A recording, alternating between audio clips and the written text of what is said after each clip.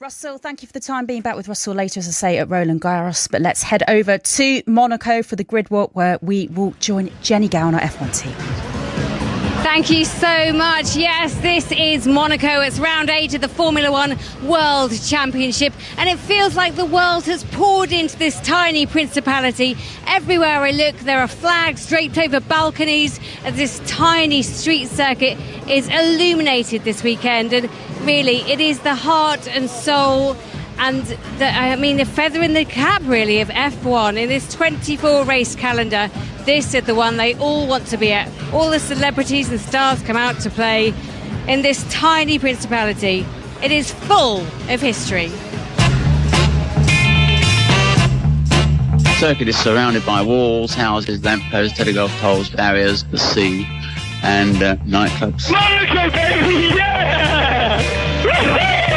How you like me now? And the flag falls for Sterling Moss to mark his third victory in the Monaco Grand Prix. Ayrton Senna has won the Monaco Grand Prix. It's high fives in Monaco for Jenson Button, the championship leader, whose dream season just keeps getting better and better and better. Nico Rosberg then onto the pit straight for 2 years in a row. He is the king of Monaco.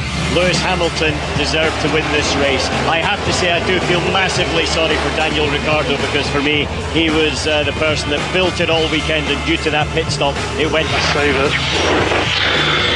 Nothing you can say could make that any better. Oh, the gun box goes. The big news, heartbreak already for the home man. Very lovely, that was the real Monaco. Verstappen isn't going to do it. It's going to be Charles Leclerc who takes pole position around the streets of Monaco. He makes it 3 poles in Monte Carlo. Good afternoon from Monte Carlo in glorious weather. Oh, and if that hasn't got you interested in this, I don't know what will. This is a place of such history, such memories, such amazing characters as well. And just think, a young boy called Charles Leclerc was born here. He dreamed of racing here. He turned that into a reality when he signed for Ferrari. And now, at the 3rd attempt, he will try and win here, because he's done it on pole today. He's done it on pole in the past. 3 times he's done it. Can he make that pole into a win? Everyone, it seems like, in this small principality is looking to him, is hoping for him. You speak to the mechanics, they're so nervous. The engineers don't quite know what to do with themselves, but process is everything. And Charles Leclerc said yesterday, just follow the process and it will all come together in the end. He hoped. He doesn't believe in bad luck, though. That's a good thing. Right, Harry Benjamin, you're not on the grid, which is good because it is very tightly packed in. So you're going to be our lead commentator today. And this is such a privilege, isn't it? Monaco in the sunshine. There's a few fluffy clouds in the sky, but it's mainly blue. It's gorgeous. It certainly is, Jenny. You paint the picture well. It's actually my first Monaco Formula One Grand Prix, so it's an absolute privilege to be here. And we have a great vantage point in the commentary box as well. We're right at the top of the grandstand that overlooks the exit of the swimming pool section. So you also see the pit lane. We're directly opposite Mercedes, Ferrari, and the McLaren garages. You can see the pit lane is getting busy as well, with engineers and mechanics just doing their final checks before they take their positions for the start of the race. We've got beautiful conditions for it. There was, at the start of the week, a little chance of some rain throughout the weekend. Ultimately, that hasn't really appeared, so we're not looking at that as being a disruptor in the 78 laps of racing that we have to look forward to this afternoon. Absolutely. I tell you what, it's like sardines down here. There's so many people on the grid. There always are, and they're so tight as well. But Mark Priestley, former F1 mechanic with McLaren, could be your day as well, because on pole we do have Charles Leclerc. Then it's Oscar Piastri, the young Australian, in his McLaren. Then it's Carlos Sainz in the Ferrari, and then it's Lando Norris. Could McLaren get another win? Well, Jenny, of course, as a BBC commentator, I'm utterly unbiased. But yeah, it would be lovely, wouldn't it, to see McLaren take that win? And it's Oscar Piastri with the best chance of doing that. The young Australian has been slightly outshined by his British teammate in Lando Norris in recent weeks, with Lando taking his first win. But this opportunity really is lying there for Oscar Piastri. It's all going to be about the start. Can he get past Charles Leclerc in that run down to turn one? We know how difficult overtaking is. That's going to be his biggest and best opportunity. Absolutely. I mean, there's no chance of rain at the moment, so there are umbrellas around, but that's more for shade than anything else. I'm going to go for a quick wander and find someone, hopefully, of interest to speak to, and I'll leave you to describe what's going on and give us all the information, Harry. Thanks, Jen. Good luck down in the grid. It is absolutely stacked full of people, one of the busiest grids of the year, and lots of celebrities coming to town to enjoy the Monaco Grand Prix. What will be the 70th running of the Monaco Grand Prix as an official Formula One World Championship race. But we're looking forward to this one. And Mark, we've spoken about Charles Leclerc already. He does have the best view in the house, and it's all about that launch down to turn one for him. It really is. You know, we said earlier on, this is the biggest opportunity at the start for everybody to make up places. It's also the biggest risk in terms of losing places. It's a race that if you get through the first couple of corners in the lead, which Charles Leclerc will be hoping to do, you have the option and the ability to be able to control the pace of the race, and that's going to be crucial here. Whoever leads coming out of that first corner and up the hill towards the casino will be able to slow the pace down if they need to be able to manage tyres, make sure that we get this graining phase where the performance drops away from tyres when you push them too hard earlier in the race. So there's going to be a lot of management going on, and the guy who's in front is best placed to do that most effectively. Also joining us in the commentary box is the BBC F1 correspondent Andrew Benson. Andrew, what have you got your eyes on ahead of the race? Well, people say that the race is determined by qualifying, but that's not true. All sorts of things can happen with strategy. The teams are going to be worried about whether they get overcut, undercut. Leclerc and Sainz in third place. The two Ferrari drivers are going to be trying to play strategy in the same way that they did in Singapore last year to guarantee Sainz victory that time. So there's all sorts of things to keep our eyes open for.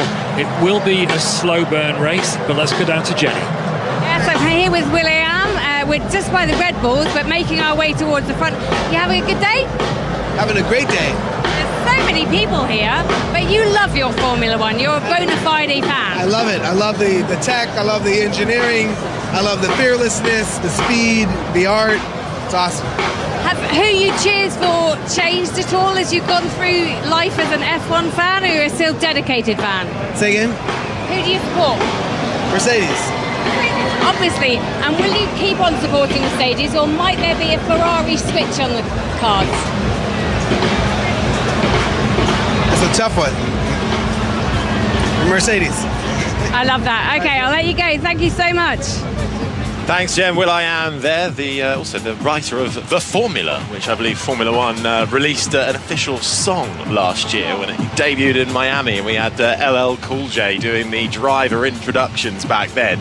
Not the case this time around, but the grid is absolutely stacked, so we'll be cutting down to Jenny when she finds some more. Let's just bring you up to speed with how the championship looks coming into this race. In the Drivers' Championship, it is Max Verstappen who leads the way, 161 points. He's 48 clear of the Ferrari now. Charles Leclerc, Sergio Perez has slipped down to third ahead of Norris and Sainz, the top five. Jen. Yes, I'm down here with Jared Leto. Jared, how are you finding it?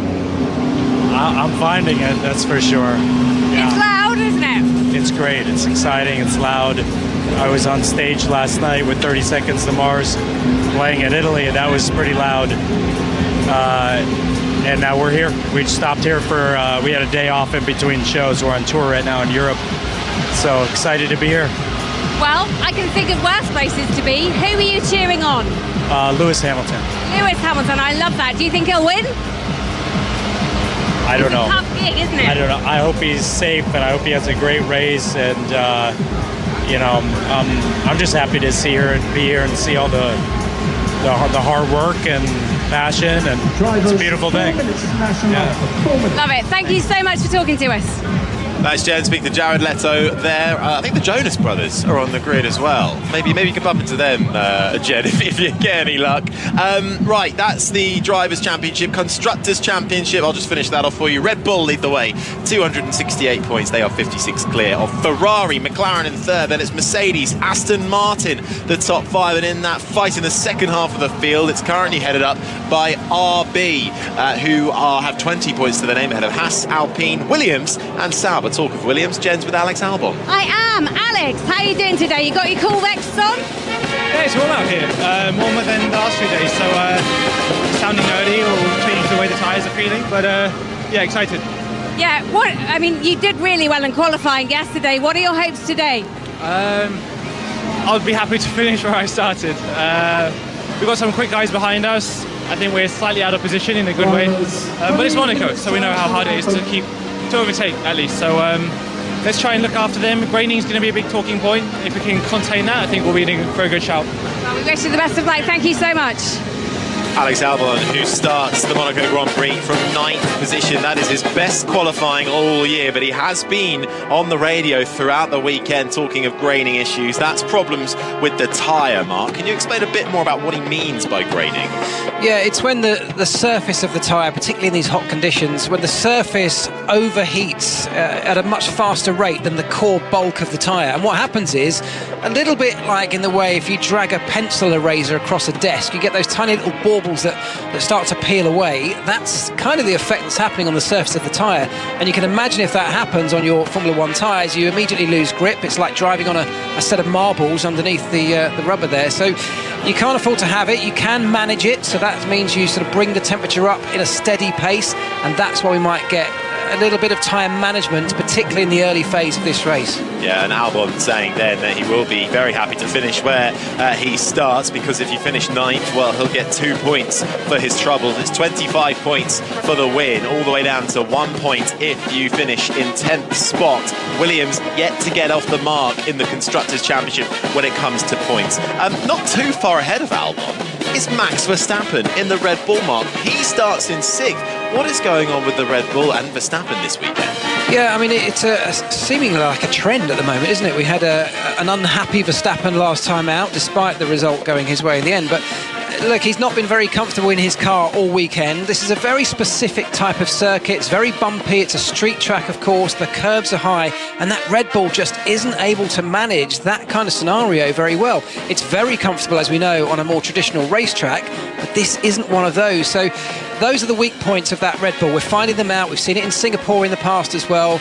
Not sure it's going to be a trend that continues too far into the rest of this season, but this weekend he's genuinely off the pace compared to the Ferraris and the McLarens. Harry, it's all to do with the complexities of the aerodynamics of Formula 1 cars. It's where the car generates its downforce.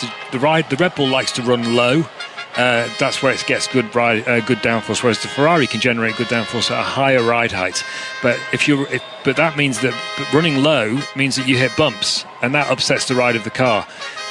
So you have to run stiff to try and prevent that happening and try and control the aero platform, and that just makes the ride over the bumps even worse. So they're in a sort of vicious circle, which they won't get out of until they go onto a track that doesn't have bumps and low-speed corners. Teammate Sergio Perez starts all the way down in 16th, so it's going to be a tough afternoon for the two Red Bulls. We're in Monte Carlo, ahead of the Monaco Grand Prix. It's time now for the national anthem of Monaco. The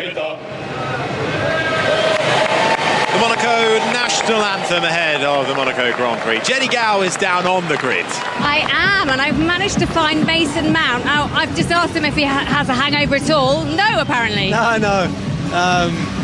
Obviously, there was some definite celebrations after the game in the changing room. Amazing day. Obviously, been a tough season, and it's been up and down, but to finish it on such a positive with that win and that performance. The boys are amazing all game. It was obviously a massive positive, and we can take that away from the season. Mason, what was it like lifting the FA Cup? Because you weren't favourites go into it, City were, but you managed to do it. No, yeah, we weren't favourites, but we were definitely confident in what we can do, and on a single game, we know we have the quality.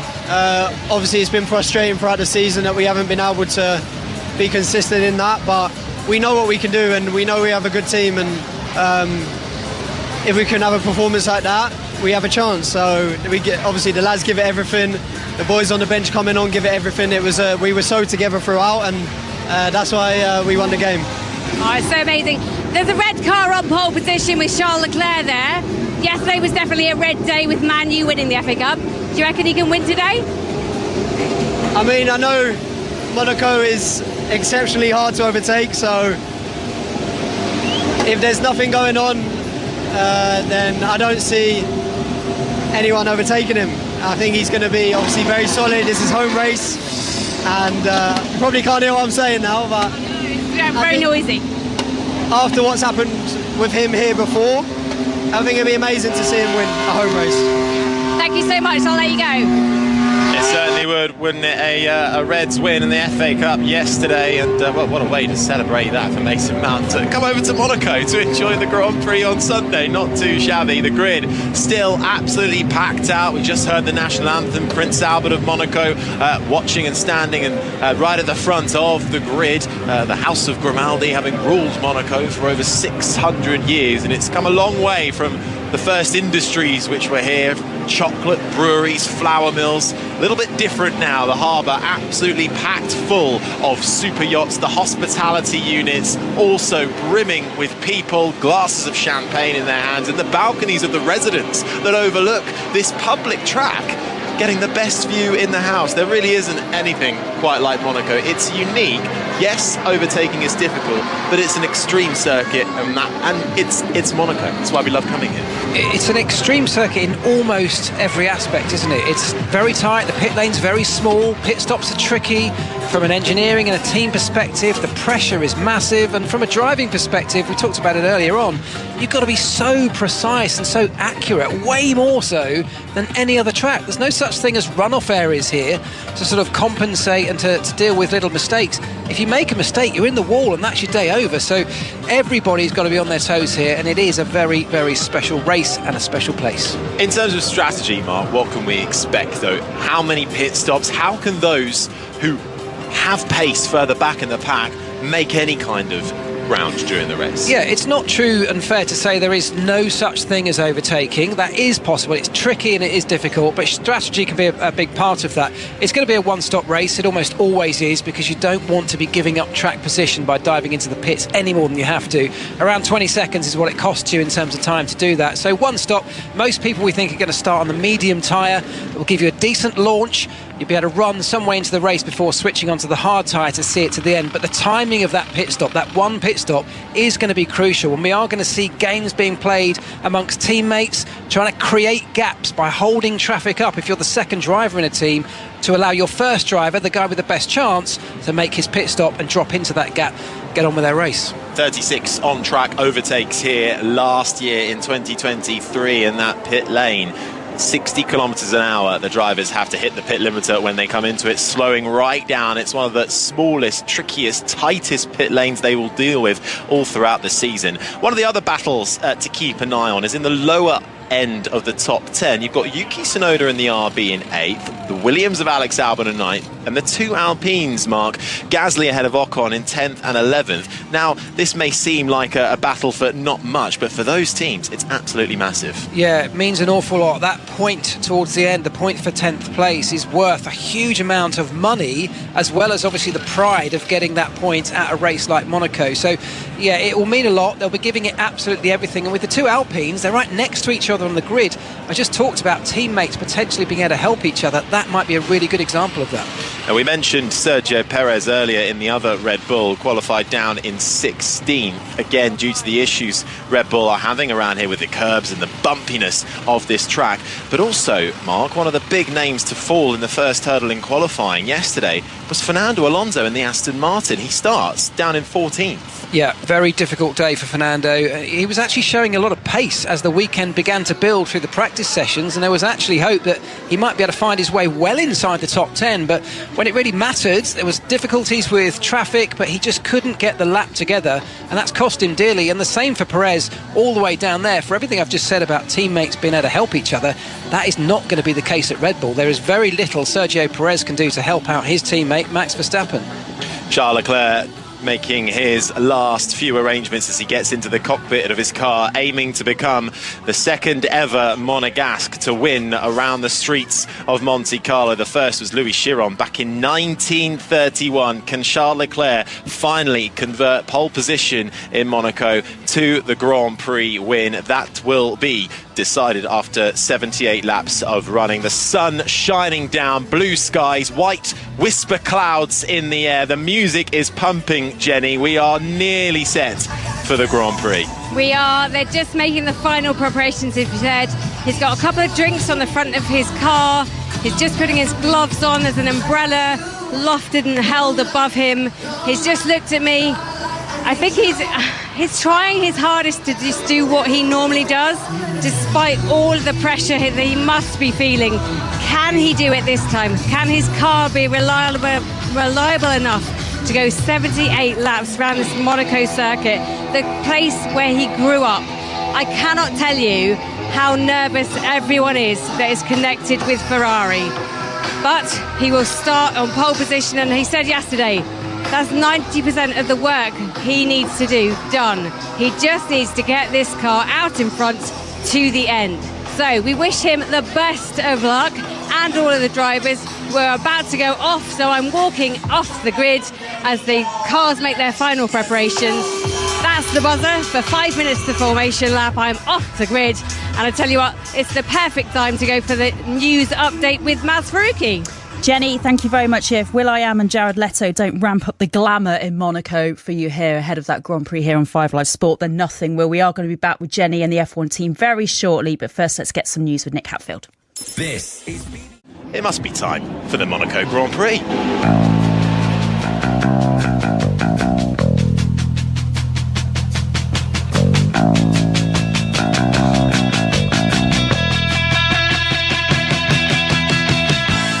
On pole for his home race, it's Charles Leclerc in the Ferrari. He starts alongside the McLaren of Oscar Piastri. Then it's the second Ferrari of Carlos Sainz behind in third. He shares that row with Lando Norris in fourth. George Russell rounds out the top five. Max Verstappen, after a touch with the wall in qualifying, could only manage sixth. He's ahead of Lewis Hamilton. Then it's Yuki Tsunoda in the RB in eighth, ahead of Alex Albon in the Williams ninth. And Pierre Gasly rounds out the top 10 in the Alpine, ahead of his teammate Esteban Ocon in 11th. Daniel Ricciardo starts in 12th. Lance Stroll for Aston Martin is 13th in front of his teammate Fernando Alonso. Logan Sargent in the Williams is 15th. Sergio Perez with a lot of work to do in the second Red Bull, down in 16th, ahead of the Saubers of Valtteri Bottas and Zhou Guanyu. And after a disqualification in qualifying for a non-compliant rear wing element, it's Nico Hülkenberg and Kevin Magnussen, the two Hasses, starting 19th and 20th.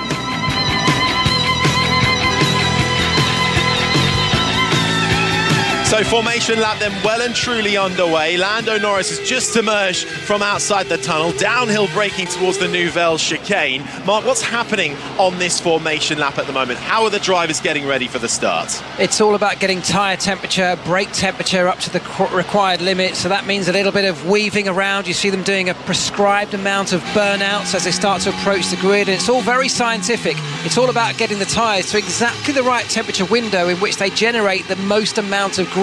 That's what you need off the start here, because the start is where most of the opportunities for making up places are. You need your car and driver to be in the best place possible. That's the voice of the former McLaren mechanic Mark Priestley alongside myself, Harry Benjamin. We'll have Jenny Gao down on the ground for updates throughout this race. It's the Monaco Grand Prix live on BBC Radio 5 Live. We'll also have action from the French Open at Roland Garros later on 5 Live, and bring you updates of the Championship playoff final between Leeds and Southampton. that's over in Wembley. But if we rejoin the action here in Monte Carlo, Charles Leclerc already lining up in that pole position. Mark, he's on the medium tyre, but we've got a few out there starting on the harder tyre, the slower tyre. Yeah, the two Mercedes and Max Verstappen on the hard tyre, as opposed to the top four all on the medium. The medium tyre runners, we think, will run till around about lap 30, but if you're on the hard tyre, you can go much longer, hoping for a late safety car, maybe to around lap 50, and that might be your opportunity to gain places. Kevin Magnussen just making his way around the final corner now. Jenny? It should take about 20 seconds for the drivers to come in, change all four wheels and go back out again, but beware of the safety car and teams having to do that twice at the same time. That's called a double stack. Thanks, Jenny. Green flag will fly at the back of the pack.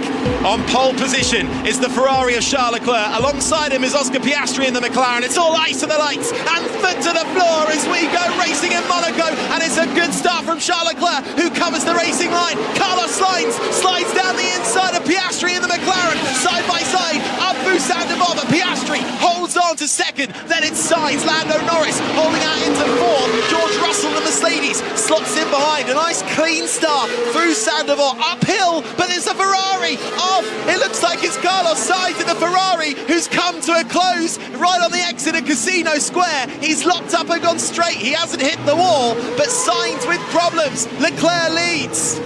Sainz had a brake issue coming up the hill. I've got a feeling he might have had his brakes lock on. There was smoke coming out the car earlier on, so I think that's a problem rather than a driver error, but that looks like Carlos Sainz out of this race already.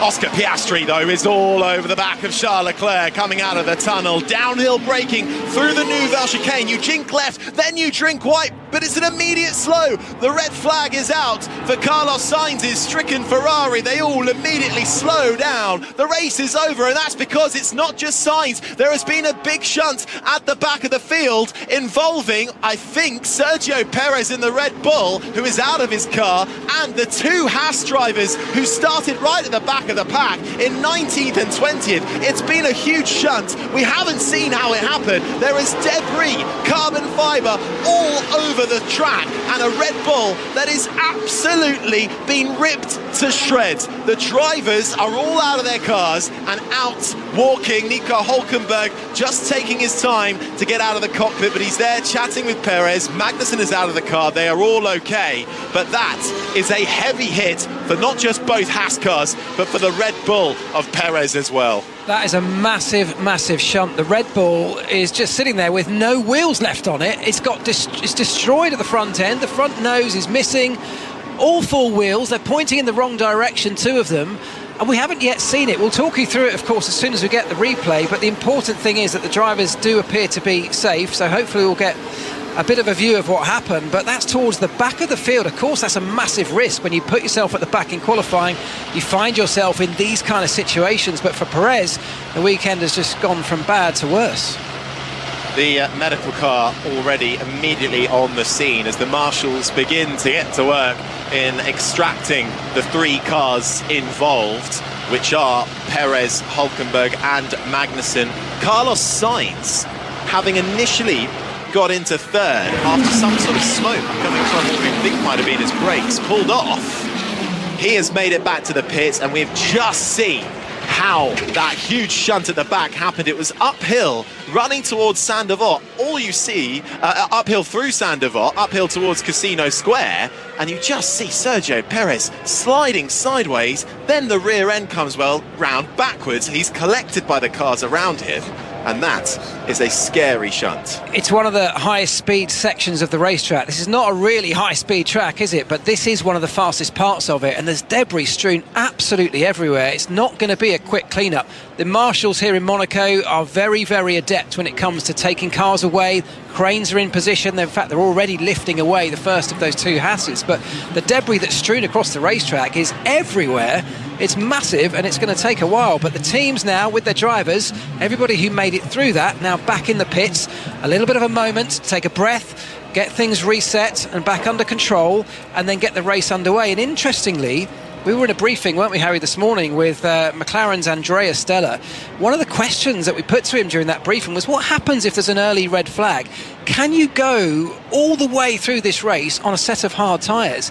And interestingly, his response was, I'm not really sure. It's one of those really big unknowns. It's a long way to go. The hard tyre will go a long way, but I guess if it doesn't work out, the one thing he says, if you go a long way on that hard tyre, the mediums that you started the race on potentially could be used to finish the race if all else fails. But it's an interesting strategic decision to be made now by all teams. He actually said he was going to go back and talk to his strategist about it, didn't he, Mark? Yeah.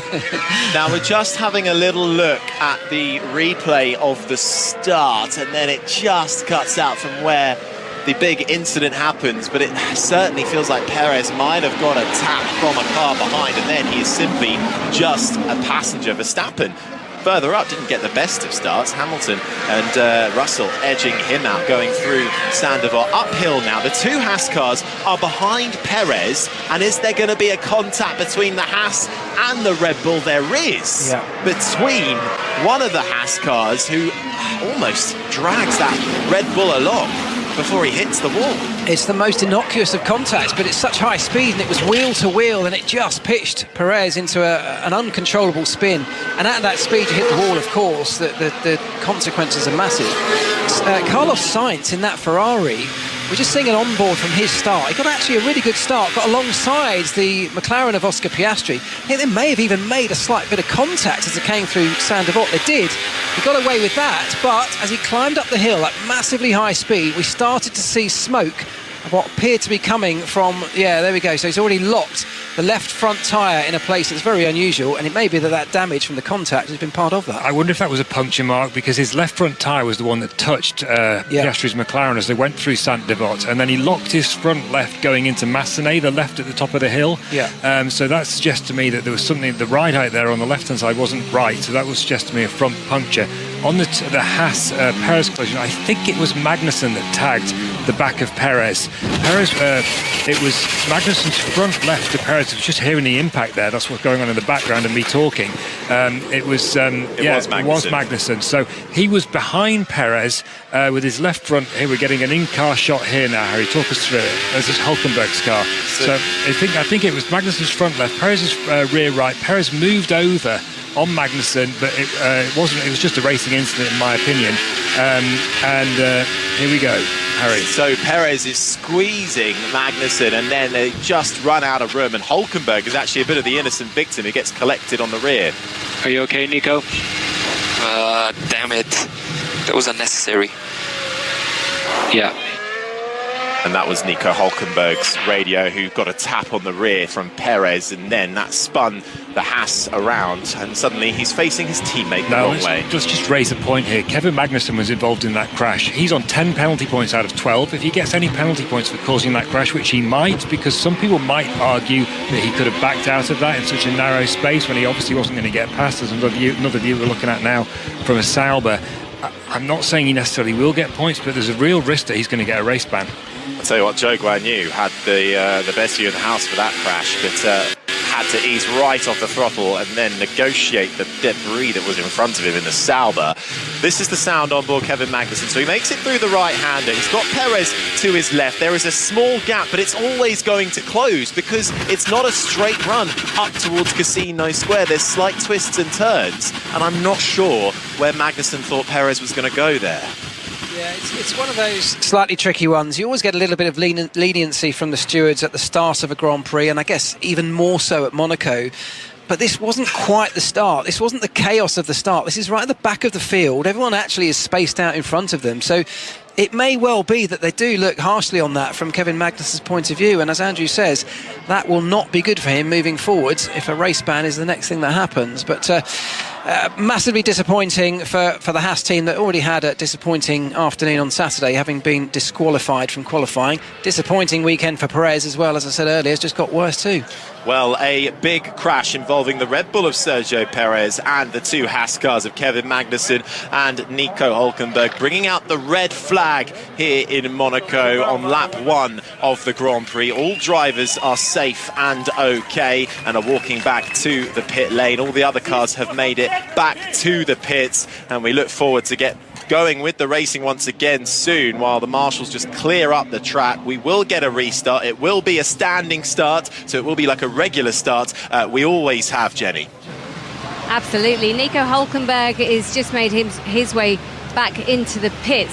Tell you what though, Sergio Perez, I've never seen a car actually be a passenger. Like, he had no control over that. He didn't know what was happening to him. He was just spinning around, and that was a really unusual incident with 3 cars. I mean, I know that space is narrow, but my word. So Magnussen and Hulkenberg have made their way back to the pit lane, and it's a split paddock here. So you've got the pit lane and the garages over on one side, and then as you wrap around the harbour, you've got the main engineering and hospitality areas along the other side of the dock. And Perez is slowly making his way back, but yeah, disaster. And bearing in mind, Perez, is his seat under threat? We maybe, and with oh my goodness me.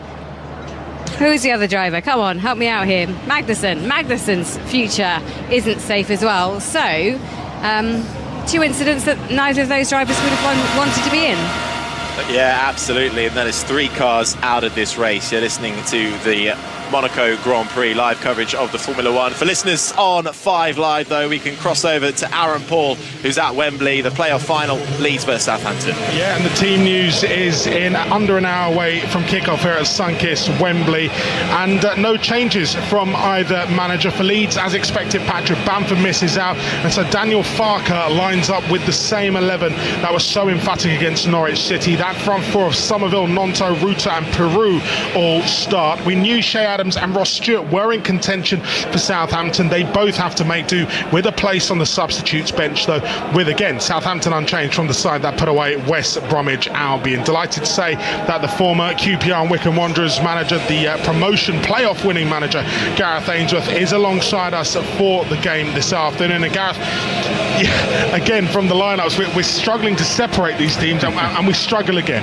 Absolutely, you know, I expect Southampton to dominate the midfield a little bit more. They have an extra man in there, but then, as you mentioned there, Aaron, the wing play of Leeds, you know, I expect the flanks could produce for them. So, going to be a really interesting battle between both teams. It's bound to be unchanged. You know, both in that second leg of the playoff. The first legs weren't the greatest. The second legs, they both came alive. They really did, and Leeds showed their scoring power. Southampton scored what they could do. Great game. Absolutely. Kick-off here at Wembley at 3 o'clock for a place in the Premier League. Leeds United taking on Southampton. Thanks, Aaron. Yeah, we'll continue with updates of the Championship playoff between Leeds Southampton from Wembley. We'll also bring you updates of the French Open Day 1 at Roland Garros. Live commentary of every session from 7:20 this evening on 5 Sports Extra on BBC Sounds as well. Back here in Monaco, though, for the Monaco Grand Prix, round 8 of the Formula One Championship. We are under red flag conditions, which means the race has been stopped. That was after an incident between Sergio Perez in the Red Bull and the 2 Haas drivers of Nico Hulkenberg and Kevin Magnussen. A rather big incident, all 3 drivers out of their car and safely away from the scene. But there is a big clean-up job to be done, isn't there, Mark? The barriers have taken a beating. The marshals are doing a brilliant job of trying to clear the track of the carbon fibre debris that is strewn across the run-up from Saint-Devote towards Casino Square. But drivers are out of their cars and back in their garages, so I suspect this might be a little bit of a wait. Well, the debris is, of course, one thing that's strewn across the track. The marshals are furiously cleaning that up. The barriers could actually be another issue here. The Armco barrier, in which Sergio Perez was catapulted into at high speed, has taken quite a hit. It's got some damage to it. And the race director, together with race control, will have to take a close look at that to decide whether it's still safe. Those barriers are very specifically designed to be able to absorb impacts, which of course it did in that situation. They now need to look at it and say, well, in its current condition, now that it's damaged, can it still absorb that kind of impact if another incident was due to happen? So that'll be something they're looking at for sure. But at the moment, everybody else now back in the pits. Now, from a team perspective, you're starting to re-look at things like strategy. Do you need to change tyres? Is there an opportunity to change tyres here and try something different? Can you switch up the strategy that you were going to play out the race on and do something different? Given that we've already used one set of tyres, you can potentially go on to the other one, and maybe, just maybe, it's a real unknown because no one's gone anywhere near this length of distance in practice. Can you get to the end on a set of hard compound tyres? That's going to be the question that every team up and down the pit lane is asking themselves. And that's the voice of the former McLaren mechanic Mark Priestley alongside myself, Harry Benjamin. And we are under red flag here in Monaco after an incident between Perez, Hülkenberg and Magnussen. All drivers okay, but the track needs a hefty clean-up job. On the initial start, Charles Leclerc's Ferrari started from pole position and kept the lead of this race, Jenny, ahead of Oscar Piastri, but he's going to have to do it all over again. I know, and the team... I thought he kept the position. Can you hear me? Yeah, we still got you, Jen. We still got you. We still got you. Someone has very kindly just given me an ice cream. Oh, I see how the other half live. That is how the other half live. You should be down here in the pit lane. It's very kind of them. Thank you, Mercedes. Says Charles was doing... I could see he was nervous at the beginning, and it's not often that you get several contact of eyes with a driver. They're normally quite focused and just concentrating on what they normally do, and he met my eyes a couple of times, but then he focused, and as you say, he's going to have to do all of that again, go through the processes. How do these drivers address that? And Mark, how can the teams help them right now? Well, from a team perspective, what you're doing is trying to take away any distractions from a driver. So the driver will have their own trainer there, of course, that's looking after them, making sure they've got drinks, they're hydrated, they're keeping cool. But the mechanics are trying to do the same thing. They're trying to make sure that there's nothing there that might get into the driver's head in terms of a distraction. It's all about focus around this racetrack, because we talked earlier about how much precision is involved in getting these cars so close to the barriers. You've got to make sure the driver's in the most relaxed state possible, and that means just doing everything around him to make sure there's nothing for him to worry about. That's what everyone's trying to do right now. The engineers are trying to talk to them in a really calm, controlled voice so that no panic is induced. But if you're Charles Leclerc, what you have just lost with the next phase of this race when we get going again is you've lost your rear gunner.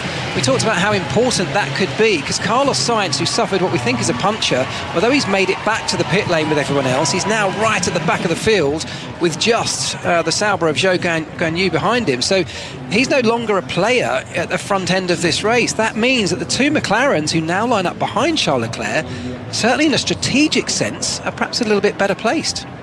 What will be interesting is to see the exact order for the race restart, where they take it from. There are timing lines around the track, and where the red flag came out initially, or will they try and reset it to the initial starting grid? Because obviously Carlos Sainz well out of position now, but you also had the likes of Esteban Ocon taking big damage now in the garage. Will he even make the restart? I don't think they can reset the grid to what it was originally, of course. They'd gone through the first timing sector on the racetrack. That's normally the point that the race director would say, look, we've got a race is underway. If you haven't made it through the first timing sector, they can always say, well, the race hasn't really started, we can go again. I think as it is now, they're going to have to figure out the order at the point the red flag came out, which will mean Carlos Sainz is right down the back, and the two McLarens will line up second and third behind the Ferrari. Well, the sun's still blazing across this principality, one of the shortest circuits on the calendar, 3.3 kilometres, just over 2 miles, 19 turns, 8 to the left and 11 to the right, as the remaining cars in this race have all made it to the pits. We're under red flag conditions, so all the drivers are out of their cars and watching from their garages. Lando Norris with his headphones on, back with the team in the engineering area of the garage, just watching the TV screens and wondering when we'll get this race back going. The incident that we mentioned about Pierre Gasly and Esteban Ocon, that was coming through the right-hander of Fortier. Ocon on the inside and ended up going over his teammate Pierre Gasly, and Ocon crashing back down to the ground. Well, that has been noted by race control. Pierre Gasly certainly voicing his frustrations at that. Two teammates colliding on lap one is certainly not what you want. And Ocon's car, last time we saw that, was up on the jacks, no front wing, no tyres, back in his garage. So we'll see if Ocon can make it back out again. It's your worst nightmare as a team, isn't it? Your two drivers colliding into each other. I mean, it's one thing when it happens with an opponent, opponent, but when it's your own teammate, that really is the worst thing. They'll be having serious words with each other, I've no doubt, and the team will have to step in and keep that under control. But just to clarify what I was talking about with this potential strategy that's now in front of us with a restart coming, the regulations, of course, in Formula One do mandate that every driver has to use 2 types of tyre in any Grand Prix. So that means that we always have to have at least 1 pit stop. Now that we've had the red flag and we're going to get a restart, that rule effectively goes out the window. They can change tyres now if they want to, and they can then run the race. So you can think slightly differently about the strategy from this point on, as opposed to the way you might have looked at it ahead of the initial Grand Prix start. So lots of furious work and data wrangling going on up and down the pit lane, people looking at simulations as to how far they think that tyre will go, and it is going to be predictions, because as I said, the practice runs, I think McLaren was saying this morning, the longest practice run they actually did on Friday on the hard tyre was about 8 laps. Of course, we've still got around 70, what have we done? 1, so it's 77 laps still to go if anyone wants to try and think about trying to make it to the end. So there's a long way to go, and a lot of that is a bit of an unknown. So we have had confirmation of the restart order from race control. Charles Leclerc will be on pole position alongside Oscar Piastri. That's how it was. And the good news for Carlos Sainz is, despite his issues, perhaps a puncture, he will be able to restart this race from 3rd ahead of Norris and Russell. Jenny.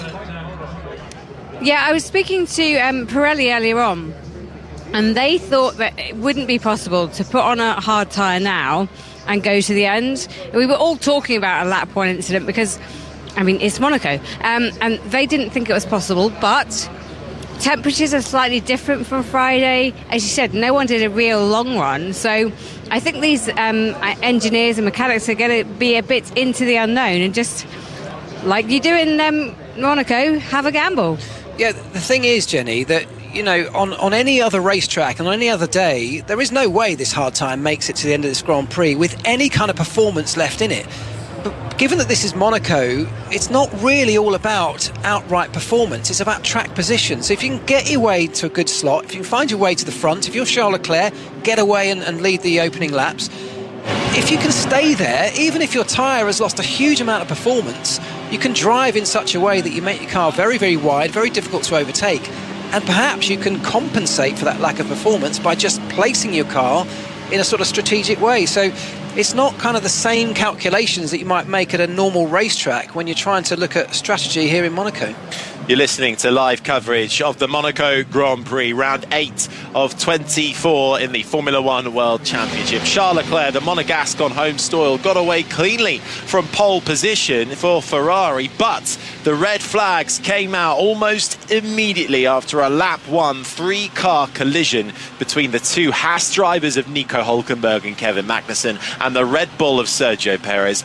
Big damage on all 3 cars, particularly the Red Bull, but all 3 drivers safe and out of their cars. The clean-up job has been commencing over the last few minutes as the rest of the cars make their way back to the pit lane and await time for the restart, which will be a standing start, so it will be another initial getaway. Carlos Sainz also picked up a puncture, did drop back initially through the field, but he's one out because the restart order has just been released by the FIA and race control. He will get 3rd place back, so he will start right behind Piastri and Leclerc, as was his initial grid spot. Jenny, do you think that's right?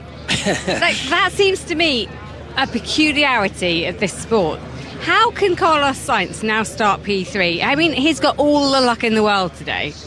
It does seem odd. I was convinced they'd gone through the first timing sector before the red flags came out, but I'm guessing it must have just been on the cusp, and maybe it didn't. But yeah, Carlos Sainz has got away with that. If it was just a puncture, which it looks like it probably was after slight contact with Oscar Piastri, they've now had the chance, of course, now back in the pits, because he made his way all the way back, to change that tyre, to have a look at any potential damage, and he may well just get to go again from right up there in 3rd place. So if this is the way that it plays out, it's a massive stroke of luck for Carlos Sainz and for Ferrari, because everything I just said about teammates helping each other out and Ferrari losing that option, well, they may well have just got it back. And what about Alpine? I heard from a couple of engineers down there that they thought there could be some tension between these drivers. We know they're not the best of friends. They've openly admitted that, Ocon and Gasly. But contact on the first lap of Monaco, what? And then they're going to have to do it again if they can get the cars fixed. So that seems like a management issue. They're going to have to sit down and talk about it and try and work this out. It's a management headache for sure for team principal Bruno Faman. The both cars surprised everybody in qualifying, I think, and actually Pierre Gasly was looking for a lap time that would have put him 8th on the grid initially. In the end, he started down in 10th on the initial restart, and he'll get that again as well. But there is trouble in the Alpine camp between the two drivers. Perhaps not quite playing the team game to the full extent that they can do. They'll get another bite at the cherry, we think, but we're still waiting to see what is going on with Ocon's car. In fact, it's back in his garage, and there is a lot of work still being done on that Alpine. The other Alpine of Pierre Gasly is sitting in the pit lane, umbrella covering the cockpit. Not too much fuss going around the number 10 Alpine car, so safe to think that Pierre Gasly might have gotten away with the contact, Ocon not so much. This will be the order of the race restart, just to reiterate that to you. Charles Leclerc from pole position, alongside him will be the McLaren of Oscar Piastri. Carlos Sainz will get 3rd in front of McLaren of Lando Norris. Russell rounds out the top 5. Max Verstappen will once again start down in 6th in front of Lewis Hamilton. Yuki Tsunoda in 8th. That was where he started initially. So too for Albon and Gasly, the top 10. Then it's Ocon, Ricciardo, Stroll, Alonso from 14th, Sargent from 15th. That noise in the background is just a replay. They're running of Perez's incident at the start of the race. And at the back will be the two Saubers of Bottas and Zhou Guanyu. Interestingly, we had the discussion about Kevin Magnussen's penalty points. He's on 10 at the moment, and much like a driver's licence in the UK, if you get 12, you get a ban, a one-race ban in Formula 1. Kevin Magnussen very close to that, the incident being investigated, but to Kevin Magnussen and Haas's relief, that now has no further action against it. So I believe that's he's got away with that one. I think that's a different incident. So they're talking about a Turn 1 incident, which I think was the contact between Carlos Sainz and Oscar Piastri, which did look like it then caused a puncture for Sainz, because all the way up the hill, I've just been seeing an onboard from behind him. His car was squatted down, sparks rising from underneath the car as it sat low with a flat tyre all the way up that hill, and at that point he wasn't able to brake, and that's where we lost him from the first part of that race. But I think because that red flag did come out just before the timing line at the end of Sector 1, Carlos Sainz has just got away with it. I can't quite see the line because we didn't get it run all the way through on the replay, but I think Carlos Sainz has got away with that by a matter of metres before that timing line, and therefore they go back to the original start order. Just seeing that replay again of that lap 1 incident, and even the medical car was just lucky to miss a rolling tyre. Zhou Guanyu had to really squeeze round the outside of the medical car and the Red Bull of the Sergio Perez car. And once again, we hear the sounds of Kevin Magnussen making his way around to that incident. Confirmation from the FIA and race control that the race restart will be happening at 15:44 local time. So in about 14 minutes, we'll get this race back underway with Charles Leclerc starting on pole position. Initially, he made a good getaway, and actually, I thought Piastri was coming under quite a lot of pressure from Carlos Sainz. They did get side by side, as you mentioned. They was the briefest of contacts coming through Turn 1. In the end, Piastri won out. The more I see replays of that incident, Harry, the more I think Kevin Magnussen's in real trouble here, yes, or could be. Well, they haven't, on our timing screens, they haven't explicitly said what that lap 1, Turn 1 incident refers to. That isn't Turn 1. That was going up the hill. Massenet is Turn 3, so that'll be... Turn 1 is Saint-Devote. Mark's absolutely right. Goodness me, that Alpine crash is big, isn't it? I can't quite work out what's happened at the beginning to cause that, because they've gone through the corner side by side, haven't they, Ocon and Gasly? And Ocon's on the inside and in front, and Gasly's on the outside, but Gasly seemed to be blaming Ocon somehow. Not quite sure how that's gone on, how he thinks that. He's a racing driver after all. They tend not to... Here's some radio from Hamilton. Red flag, kick delta positive. So staying in the fast. Told you guys. I told you guys, Lewis Hamilton responds on the radio to his engineer, Pete Bonington.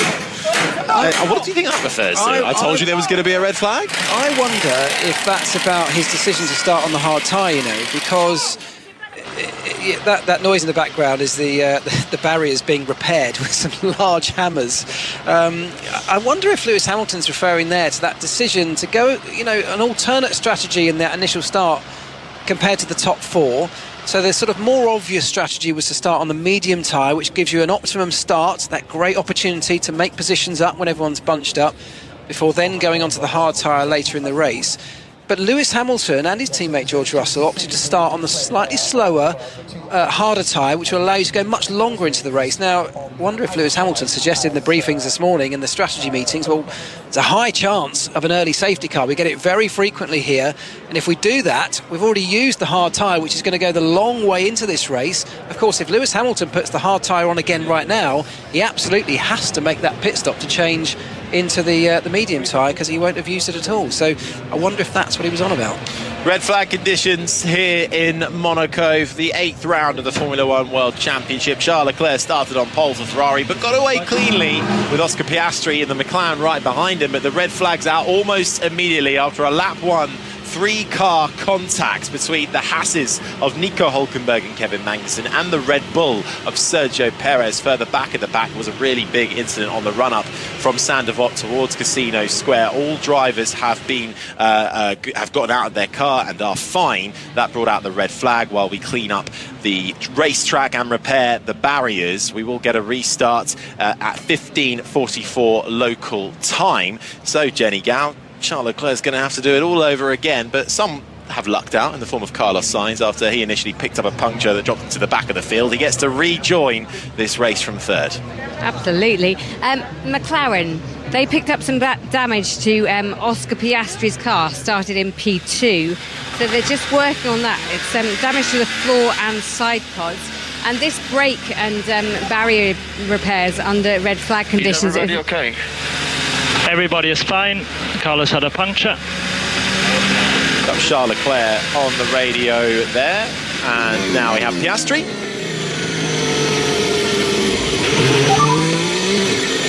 Check the floor on the right side. Had some contact. Is everyone okay in the crash? I believe everyone is okay. Piastri on the radio. Speaking of that damage, Lando Norris in the McLaren next up. Is everyone okay? Everyone's okay. Quite a few cars are out. Lando Norris all asking the same question just as they were coming out of the tunnel into the downhill braking zone of the Nouvelle Chicane. That was Leclerc, Piastri and Norris. Jenny. So just a reminder, the race will restart in 10 minutes time here in Monaco. Drivers starting to get helmets on, starting to consider getting back into their cars. I tell you what, it's the hottest it's been here this weekend, and I think these drivers are a bit hot and bothered. Certainly the Haas drivers are a bit hot and bothered. Nico Hülkenberg and Kevin Magnussen have made their way back to the media pen. I'll just try and find out exactly what they're saying. But neither of them look too impressed with each other at the moment, and typical racing driver. It will be a standing start. Valtteri Bottas, his engineer, telling him it will be a standing start, and Bottas will go from right at the back, 16th position in this race, only ahead of his teammate Zhou Guanyu. The two Saubers have been off the pace all weekend long, really struggling for confidence in that car, and tyre issues as well for both of the Sauber drivers languishing at the back. But 3 cars out of this race then. Sergio Perez in the Red Bull, Nico Hülkenberg in the Haas, and his teammate Kevin Magnussen. We await to see the outcome of that investigation between those 3. And we await to get the start of this race in just a few more minutes' time. So a good time then to head over to Russell Fuller for an update at Roland Garros, where Jack Draper fights on, having been 2 sets to love down to the Dutch qualifier Jesper de Jong at 135 in the world. He's recovered twice from a breakdown in the third set and won a very scrappy tiebreak by 7 points to 3. Draper does still not look convincing, but he's still alive here in this French Open, trailing by 2 sets to 1, with Carlos Alcaraz in control on the Chatrier court, 6-1 and 4-1 up on JJ Wolf of the States. Thanks, Russell. Live coverage of the French Open at Roland Garros continuing across 5 Live later this afternoon. Back here in Monaco, the sunshine is out. The harbour is stacked full of the super yachts, and the grandstands are full. So too are the balconies of the residents, who get a pretty decent view from their homes over this Monte Carlo circuit. Currently under red flag conditions. We will be getting this race underway in a few minutes' time. 15:44 local, and Charles Leclerc will start on pole position. Alongside him will be the McLaren of Oscar Piastri. A couple of incidents that built up to the red flag ultimately. One of them was between the two Alpines of Pierre Gasly and Esteban Ocon, coming into the right-hander of Portier as you approach the tunnel. That investigation, well, that is now under investigation, Mark. How do you read it, just of what we've seen so far? It's quite a strange one, obviously between two teammates, which from their perspective is an absolute nightmare, but it's a difficult one to read, actually. We've only seen one angle of it, and we only really caught the end of the incident, but it was Ocon slightly behind, it was the right front of Esteban Ocon who clipped the left rear of Pierre Gasly, but the car leapt so far up into the air that when it came down, the suspension looked like it was destroyed on Gasly's car. I'm not exactly sure how much they've been able to do with that car back in the pits. We'll find out very shortly. But yeah, it's an unfortunate incident, and I'm still struggling to work out really in my head exactly how it happened. They're obviously racing each other for position, as they're entitled to do. But it was one that, in fact, Gasly now back in his car and looking to take the restart. So they may well get away with it, certainly on the side of Gasly. But there'll be conversations and investigations that will be happening afterwards, and I'm sure they'll be quite intense. A glance out of the commentary box window, and I can still only see Pierre Gasly's Alpine sitting in the pit lane. No Esteban Ocon car for the time being. Still a lot of action going on outside of Ocon's garage. It's actually just obscured by a rather large, well, I think it's part of the pit wall gantry in the middle of the garage, so we can't quite see Ocon's side of the garage. Gasly is the one closer to us, so we'll bring you updates on that as and when we can. So, race restart then for the Monaco Grand Prix. Charles Leclerc, Oscar Piastri, Carlos Sainz will once again be the top 3. Norris, Russell the top 5. Verstappen 6th, Hamilton 7th, Tsunoda, Albon, Gasly the top 10. So he will live to fight another day after that incident with Ocon. What's interesting, Harry, here is that we've had an indication that the Ocon-Gasly incident, which didn't cause the red flag because they just carried on, is under investigation by the stewards. We've had no indication yet on the timing screens that the big incident between Perez, Magnussen and Hülkenberg, which did cause the red flag, is under investigation yet, which I find really quite surprising. They investigate the tiniest of incidents in Formula 1. For example, they've already looked at the Piastri-Sainz collision, which was very light at the first corner. I don't know why they're not saying that they're investigating that one between Perez, Hülkenberg and Magnussen. It seems completely odd. But I can only imagine that they're just, I don't know what they're doing. Maybe they're having a cup of tea in the steward's office, getting themselves ready for the restart. But there's got to be an investigation, surely. They can send a few cappuccinos our way as well. That'd be delightful. Still nothing glaring on our timing screens on that front. 17 cars looking like they will take the restart, with an asterisk next to Esteban Ocon's name for the time being. No Sergio Perez, he is out of this race, made it back to the garage, already chatting away with Christian Horner. Both Nico Hülkenberg and Kevin Magnussen of Haas have been speaking to the media. They will not be taking part in the restart after that big shunt. And for a Haas team who are up against the likes of RB, who have one car already in the top 10, that'll be a big blow for them, Jenny. Yes, absolutely. As you say, Kevin Magnussen and Nico Hülkenberg have both made their way to the media pen. Neither of them particularly happy. In fact, Hülkenberg was just aside from the pen with his managers, just talking through things. And they do have to compose themselves before they come and talk to us, because they don't want to say the wrong thing, but their emotions are running high. Kevin Magnussen saying that He didn't think he did anything wrong. There was nothing that he could do in that moment. In hindsight, looking back at the crash, he thought maybe he could have slowed. But at that time, that exact time when they were in the cars going up the hill, there was very little he could do. He just walked past me, actually. And he doesn't look too blue, because honestly he doesn't think there was anything he could have done differently, and he was asked if there was any kind of worry about getting more points on his licence, which could see him lose a race and be disqualified for it. From having too many points on his licence, you get 12 and then you have it for a strike, and he said no, what could I have done that was different? So yeah, he stands by him, but I think that's usual for a driver. Well, we'll wait to see if that one gets any kind of investigation and any kind of outcome. Still nothing popping up on our timing screens, but those on the boats and the super yachts don't seem to be too down about the fact there isn't any racing, dancing away to the tunes and enjoying life in Monaco, I'm sure, whereas just a few metres north of them in the pit lane, some very serious faces getting ready for the restart. And they're going to get that restart in around 2 minutes' time. What will happen is the cars will file out of the pit lane, which is where they're all currently lined up in the fast lane. Drivers now all strapped in, tyre warmers on, mechanics standing to their sides of the cars, ready to release them. And what will happen is they'll leave the pit lane, they'll sort out the order, which has now been decided by the FIA, and they will get out onto the grid, having done one warm-up and green flag lap. At the point they get onto the grid, that will be the restart of this race. We've just seen Esteban Ocon walking towards the media pen down the pit lane in his jeans and team sweatshirt, so we know that he's him in the car imminently. Yeah, he's not taking the restart in that car. I tell you what, as well, he was talking to the PR handler, he looked properly cross. The way he was talking to him, so I mean, unsurprisingly, he'll think he isn't at fault. And as Mark was saying earlier, we still haven't seen enough replays to be able to make a definitive judgment on that one. Yeah, I don't envy the PR man down at Alpine, James, at this moment in time. Jenny.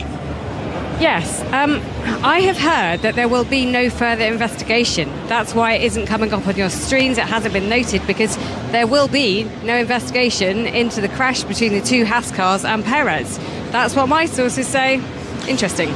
Okay, well, thank you, Jenny Gow, for that update. We are moments away then from the restart of the Monaco Grand Prix. Up in the commentary boxes, myself, Harry Benjamin, alongside me is the former McLaren mechanic Mark Priestley, and also the BBC F1 correspondent Andrew Benson. The sun glinting off of Carlos Sainz's visor, tilted up on his helmet, not yet ready to close it as he waits at the end of the pit lane.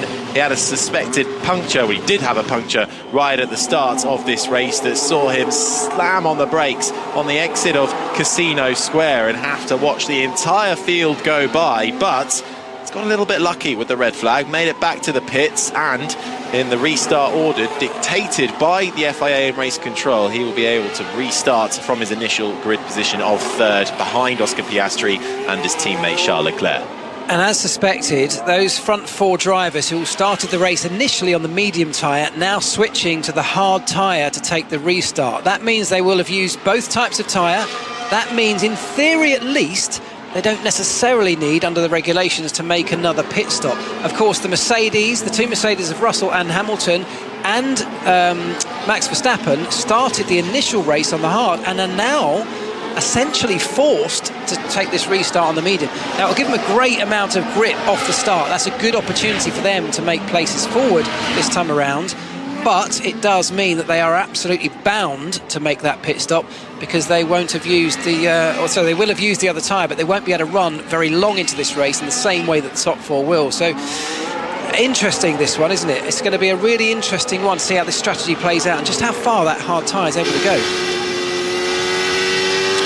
Well, this is the sound of the Mercedes of Lewis Hamilton weaving out of the exits of the tunnel, downhill braking towards the Nouvelle chicane, trying to get heat back into his tyres as he retakes the start of this race, which will be a standing start. So the front four drivers have switched off their medium compound tyres and put on the harder tyre. It is mandatory to change your tyres at least once in a Formula 1 race, and thanks to the red flag, they have been able to do that on the cheap as they now slowly back up through Anthony Noakes, the final corner, and approaching the grid. But I tell you what, Mark, the Sauber of Zhou Guanyu is still only just coming through the tunnel. They're going to have a long wait on the grid. Yeah, they really are, which of course means temperatures start to rise, and so the tensions and the pressure starts to build for those on the front. Let's hear from Lando Norris. Tyre information, Lando. The Ferrari's on the hard. We think the Mercedes and Verstappen are on the medium.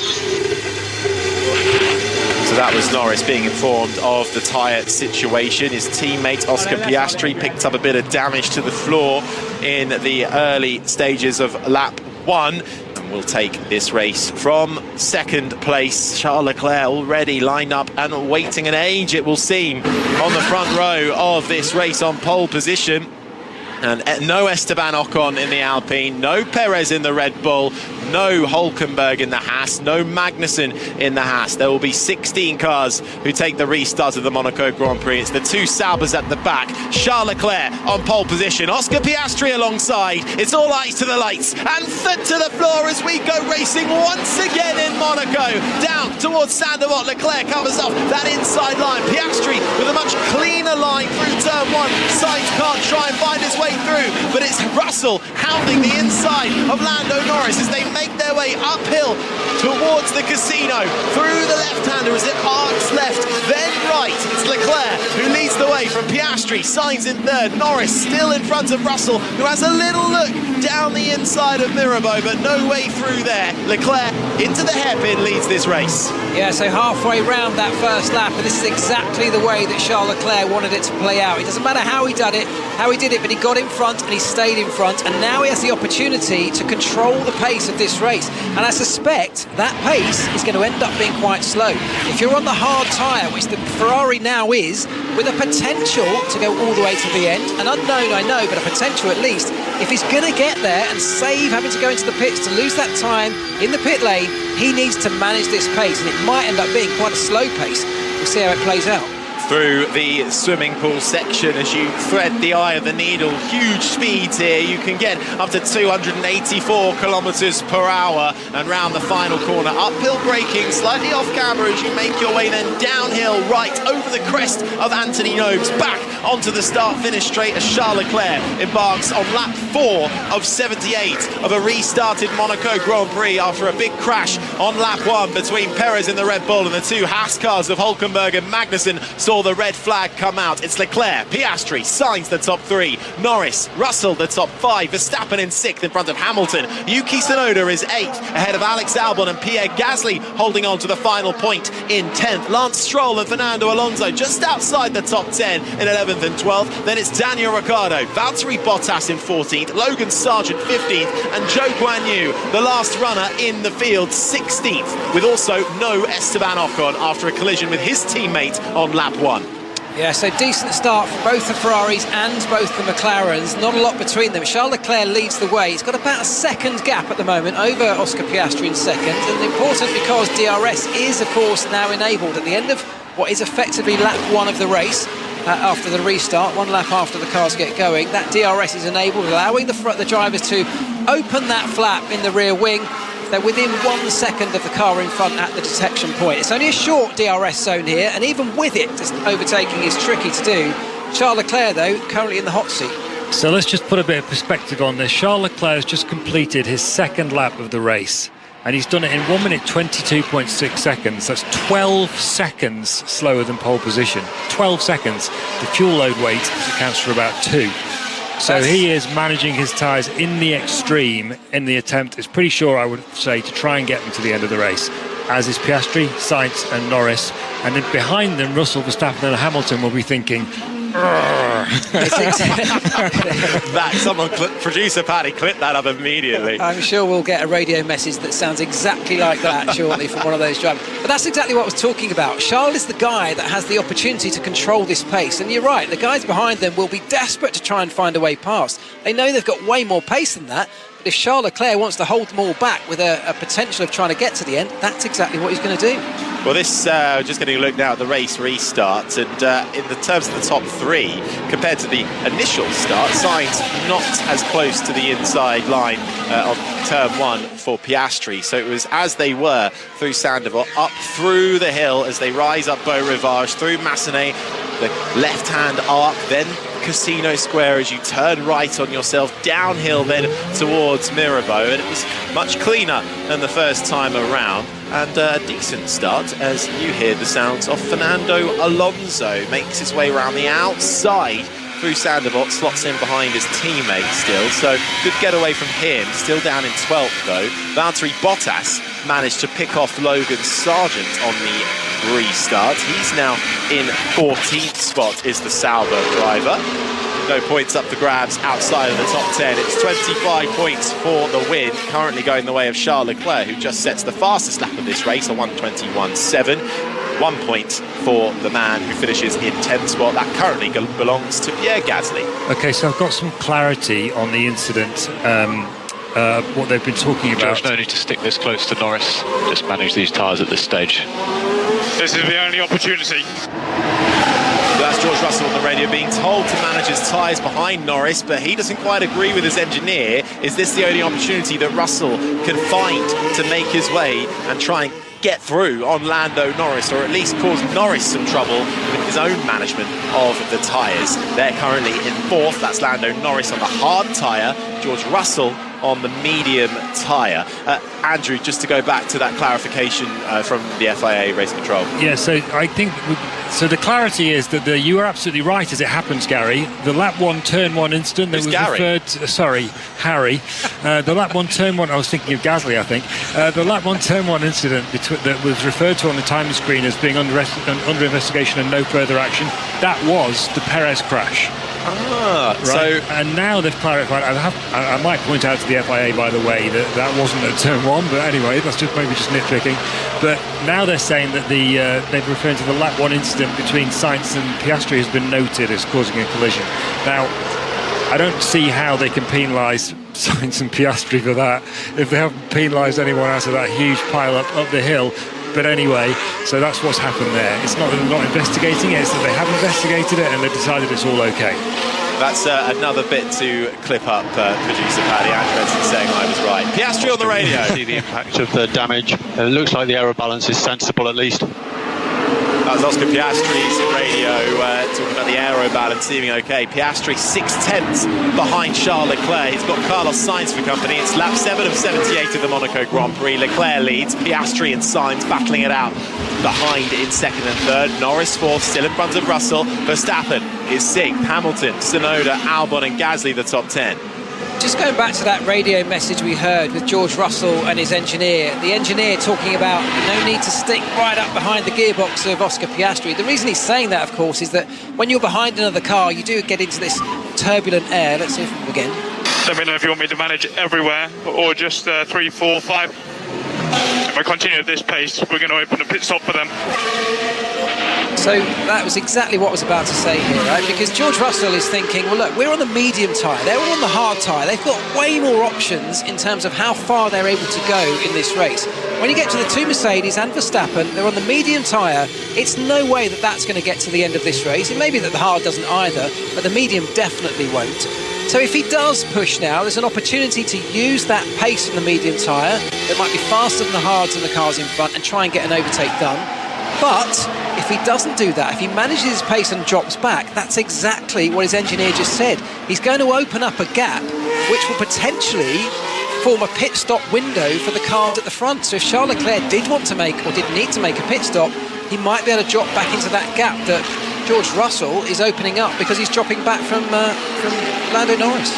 Yeah, still a bit of strategy to play out here in Monaco to see exactly how the teams can manage till the end of this race with 70 laps still to go. It's Charles Leclerc who leads now, 1.1 seconds clear of Oscar Piastri, who just set the fastest lap time. Carlos Sainz, though, is right behind him in 3rd, and he steals that fastest lap time away just over the line through the right-hander. Uphill now through Sanderbot, then Beau Rivage, a slight kink to the left, then you curve left through Massenet, the casino to your right as the drivers then turn right and head downhill towards Mirabeau as they snake their way, following the racing line, downhill right-hander through Mirabeau, then the braking zone comes for the hairpin, the Lowe's hairpin, the hotel hairpin, whatever you want to call it, round the left-hander, then it's through the right-hander that approaches Portier, and that leads you into the tunnel as you head from the sunlight into the darkness. So we've got a slight breakaway group now with the top three, Lando Norris just about hanging on to the back of that, but a little bit of a gap forming around a second or so, second and a half, and then behind that an even bigger gap now opening up with Russell listening to his engineer and just managing that medium tyre. Of course, he can't push for very long with that tyre before the performance all but drops away and he's forced to come in for the pit stop that the others may not need to make. So I think what's happening here is Mercedes and potentially Verstappen as well have found themselves in a particularly tricky situation given that that red flag happened and kind of cost them the first type of strategy they put themselves on. It's cost them dearly, I think, in the end here. Lap 10 of 78 and the fastest laps are being exchanged every lap between either Leclerc, Piastri or Sainz. Piastri currently holds it. He's in second, 8/10 behind Leclerc. Sainz is third, Norris fourth, Russell is fifth. 4 cars out of this race. The 2 Haas drivers of Nico Hülkenberg and Kevin Magnussen, the Red Bull of Sergio Perez and the Alpine of Esteban Ocon. Jenny, after an incident with his teammate, you've been speaking to him. What did he say? Yeah, his tall Ranger figure looming over me with his baseball cap on and his jeans. This isn't the way he wanted to finish the race. He said he was surprised. It was such a long race, or it should have been such a long race, that it all came to an end in lap 1. He said it was just an unfortunate incident. So he is actually being quite reserved in this. And obviously the question was, are you okay? Because it was actually quite a big impact, and those cars aren't built for impact, are they? But he said, yep, he's fine. Thanks, Jenny. Also popping up on Ocon from the race control is that he has been awarded a 10-second time penalty for that collision with his teammate Pierre Gasly. Of course, he's no longer in the race, Andrew. How will that be implemented? So the FIA have said they're going to convert it into a grid drop at the next race, which is in Canada in 2 weeks' time. And not only, I would imagine they haven't said, but it'll probably be a 3-place grid drop. I would think. Charles Leclerc leads this race, lap 11 of 78, in front of Oscar Piastri. Sainz is third, Norris fourth, Russell fifth. Here's Verstappen in sixth on the radio. I'm not entirely sure why Russell's going so slowly. He's just giving them a free pit stop gap eventually. So, yeah, keep it there for the moment. Max Verstappen's engineer, Jean-Pierre Lambayeси, has management in the form of tyres and pace very much happening up and down the field here in Monaco at the moment. But for the time being, let's head to Wembley for an update on the Championship playoff final. Leeds, Southampton, Aaron Paul. Yeah, we are moments away from the showpiece event of the EFL calendar. It's a Championship playoff final. In 90 minutes' time, one of these two teams could be back dining at English football's top table and will be sent on their way with all of the financial rewards that come with it. It's Leeds United versus Southampton. The lead up this week has been about another reunion of Russell Martin and his former manager Daniel Farke, but there is so much more than rivalries renewed. It's two possession dominant teams looking to flex their footballing muscles. To the lineups, both sides remain unchanged from their respective semi-final second leg wins. Ross Stewart and Shay Adams make the bench for Saints. Delighted to say that playoff winning manager Gareth Ainsworth is with us for the duration. And Gareth, take me through the emotions of those on the pitch and the touchline right now, because Wembley is alive in the rain. Absolutely. I've never seen so many white scarves in my life at one end, and then the flags, the red flags of Southampton. What you want as a manager, you rely on your fans now. You want your fans to get behind the team, because you've put your tactics in place, you've put your preparation in place. You want the fans to do their job, you know. So I'm sure both will keep calm. Hopefully no major decisions to make, but I'm looking forward to this. Wembley is a sea of red and white. This is the hottest ticket in town. It's the EFL Championship playoff final. It's Leeds United against Southampton. Aaron Paul at Wembley giving us updates on the Championship playoff final that's happening. Leeds, Southampton will continue giving you updates across 5 Live. Also, the French Open at Roland Garros underway, and we'll bring you ball-by-ball commentary from that later on 5 Sports Extra, and updates throughout the race this afternoon. Charles Leclerc leads here in Monaco, ahead of the McLaren of Piastri. Sainz is 3rd, Norris, Russell, Verstappen 6th, Hamilton, Tsunoda, Albon and Gasly in 10th. But Andrew Benson, the BBC F1 correspondent, everyone behind George Russell is going to be a little bit frustrated. Yeah, I'm just trying to think this one through, Harry. This confusion about why Russell is going so slowly compared to the 4 guys in front of him who don't have to stop, we think. I can only imagine that Mercedes are thinking, well, we're stuffed. We cannot beat those 4 guys ahead. It's not possible because they can run long on the hard tyre. We're going to have to stop before them no matter what on the medium tyre. So we're always going to be behind them. So he's thinking, right, how can I maximise my race apart from those 4? And that'll be what it'll be about. I don't know exactly how that's going to play out, but I can only imagine that's what it's for. Yeah, it's frustrating for the 2 Mercedes drivers then to even be in this position. Russell is 5th. Verstappen is a couple of seconds back from Russell in 6th. Then comes Hamilton in 7th, and they're holding up. But I'm sure Yuki Tsunoda would be liking to get a little bit of a hurry on and getting away from Alex Albon, who is in 9th. Then it's Pierre Gasly, lap 13 of 78. Let's check in with Jenny Gao. Yeah, just a little bit of thinking about the tyres. So if you started on a medium tyre, or on the restart, you should be able to get about 24 to 30 laps on that. That's what Pirelli were estimating. So we need to work out exactly when they're going to stop. Obviously the hard tyres, they're going to try and make it go to the end, but with such limited tyre runs on Friday of the long runs, really hard to know how it's going to play out.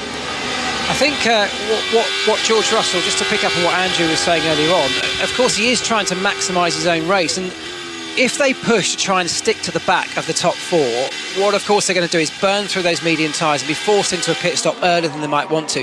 The complication with that in Monaco is that if there is another safety car, and there's a very high chance of that around here, if there's a safety car, that's the opportunity to get a slightly cheap pit stop. And if Mercedes have had to go early, of course they limit the amount of options they got for that safety car to fall at the time when they need the pit stop. So by running longer, even though it's going way slower, they're sort of maximising that opportunity. By consequence, they are opening up opportunities for Leclerc, and of course once they do finally make their pit stops, the guys behind have still saved a huge amount of tyre life as well, and will be able to run way deeper and much faster, I suspect, into this race. So I don't actually think there's a way for Mercedes to turn this into something positive. Whereas the top 3 drivers in this race, Charles Leclerc in the Ferrari, Oscar Piastri in the McLaren and Carlos Sainz in the Ferrari, so too Lando Norris, who's only another second back from Sainz, are toe-to-toe coming through the final sector, but they can't make a move. Leclerc about half a second in front of Piastri. Sainz looks like he was hounding Piastri coming down towards the Nouvelle Chicane. They're now making their way up through Saint-Devote, Beau Rivage, and the left-hand arc of Massenet that takes you to the right-hand side of Casino Square.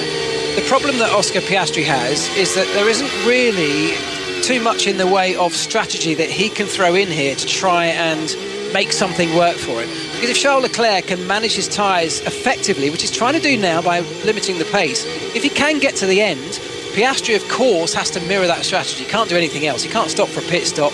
He'd lose track position, and that would be absolute suicide. So he's kind of stuck here, and it all really depends on whether the tyres on Charles Leclerc's Ferrari destroy themselves or go through graining phases, deteriorate to the point where he's really losing so much grip that Piastri might see an opportunity. But I suspect they're both in a very similar position. It's often the thing that plays out here at Monaco, isn't it? We get 2 or 3 cars in the same space on the racetrack, but they can't afford to offset strategy. They have to be on the same one. Just to bring you an update in the world of cricket, the second one-day international England-Pakistan has been called off due to bad weather, so that will not be happening. Just bring you updates of that across BBC Radio 5 Live. We'll also have updates from the Championship playoff final. Leeds Southampton ongoing at Wembley, and the French Open at Roland Garros, day 1 getting underway. Weather here though in Monaco, well, there isn't a cloud in the sky. Well, there are, but they're nice white wispy clouds. Blue sky, sunshine, and the grandstands are absolutely packed to the brim. The hospitality units are overflowing with champagne, and the Monaco harbour has a super yacht everywhere you look. It's lap 16 of 78. Charles Leclerc leads Oscar Piastri. Carlos Sainz is third in front of Lando Norris. George Russell, the top 5 in a race that was red flagged in lap 1 for a big incident between Perez in the Red Bull and the 2 Haas drivers of Hülkenberg and Magnussen. The top 3 in this race still very much toe-to-toe as they peel out of the Nouvelle chicane towards the left-hander of Tabac. Leclerc, then Piastri, then Sainz. So that's the first pit stop we've seen, a scheduled pit stop, and it was from Valtteri Bottas. Now, he was also running on that medium tyre, a very early stop for a medium tyre runner. It's lap 16 out of 78 that we're on at the moment. We think we could have gone a little bit longer, but is that a sign that the medium tyre is really not lasting very long, even at this relatively slow pace? So, just an update on the tyres again. So, as we've discussed before, it's all about can the hards go to the end of the race without the 4 guys at the front, Leclerc, Piastri, Sainz and Norris, stopping again. Now, Pirelli's predictions said that the hard could last 65 laps. The race is only 78 laps long. Pirelli are normally a bit conservative about their tyres. The teams always feel confident that they can go longer than Pirelli say they can. So I think these guys, these 4, Leclerc, Piastri, Sainz, Norris, will get to the end. That would be my prediction now, now. And that's what we said earlier, Andrew, isn't it? That you can do that even though you may have lost a huge amount of performance around here. You can just park your car in a position that it can't be overtaken. You might have a limited amount of grip, a limited amount of performance from those tyres by that point in the race, but if you can hang on to it, if you can keep it on the racetrack, you'd still rather do that than lose so much time by diving into the pits. Further down in the lower half of the top 10, a few moments ago, Pierre Gasly was hounding the back of the Williams of Alex Albon. They're scrapping over 9th and 10th points. That means so much to those teams further down in the constructors. The Williams have yet to score a point all year. Here's Sainz on the radio. Schultz managing, I guess, because that was close with Piastri. 1 lap, he might extend it. Carlos Sainz on the radio, asking if his teammate is managing the pace, because Piastri is very close to the rear end of that Ferrari. He really is, isn't he? Right up behind him in the yellow McLaren, as it is this week, with a special livery to remember 30 years since the passing of Ayrton Senna. He's right up under the gearbox of Leclerc, but I think Leclerc's got this under control. I think this is a pace that he's got loads more in hand if he ever needed it. And this is just about keeping an eye on your mirrors, isn't it? And making sure that there isn't somebody there to just catch you out when you take your eye off the ball. The dangerous game that the top 4 are playing, if they do try to go to the end with the others behind them having to pit, which they will because they're on the medium tyre, is that yes, it's really difficult to overtake around Monaco, but if the tyre offset is so large, so that you can't, for example, brake effectively for the corners, you can't accelerate effectively out of the corners, then you do actually become vulnerable to a degree. So what we might be looking at as we get later into this race is the likes of Russell, Verstappen and Hamilton coming back at Leclerc, Piastri, Sainz and Norris, and that top 4 trying to hang on really, really worn tyres against people who have potentially 3, 4, 5 seconds worth of lap time advantage. Now, in 1992 that happened, and Nigel Mansell tried to get past Ayrton Senna famously and dodged around all over the place and made a big meal of it and never actually got past. But it does introduce some jeopardy. But just don't forget, Andrew, that if the Mercedes and Verstappen, the medium-clad runners, if they have to make that pit stop, which we suspect they will, they're also going to tumble down the order behind all of the other hard tyre-clad cars. So I don't see them troubling the front 4 in any way. I think, yes, they'll have pace, but they're going to be stuck so far down the order in traffic, as Piastri really does show the nose cone of his car to Charles Leclerc in front.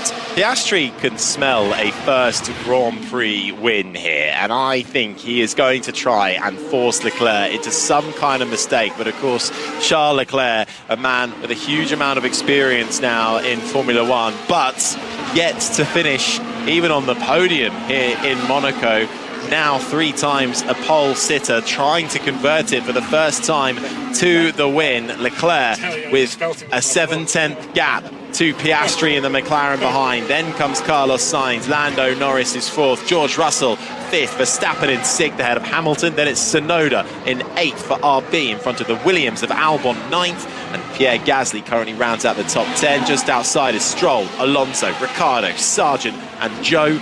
Then it's Bottas, who pitted a few laps ago to put on the hard tyre. He's now down in 16th.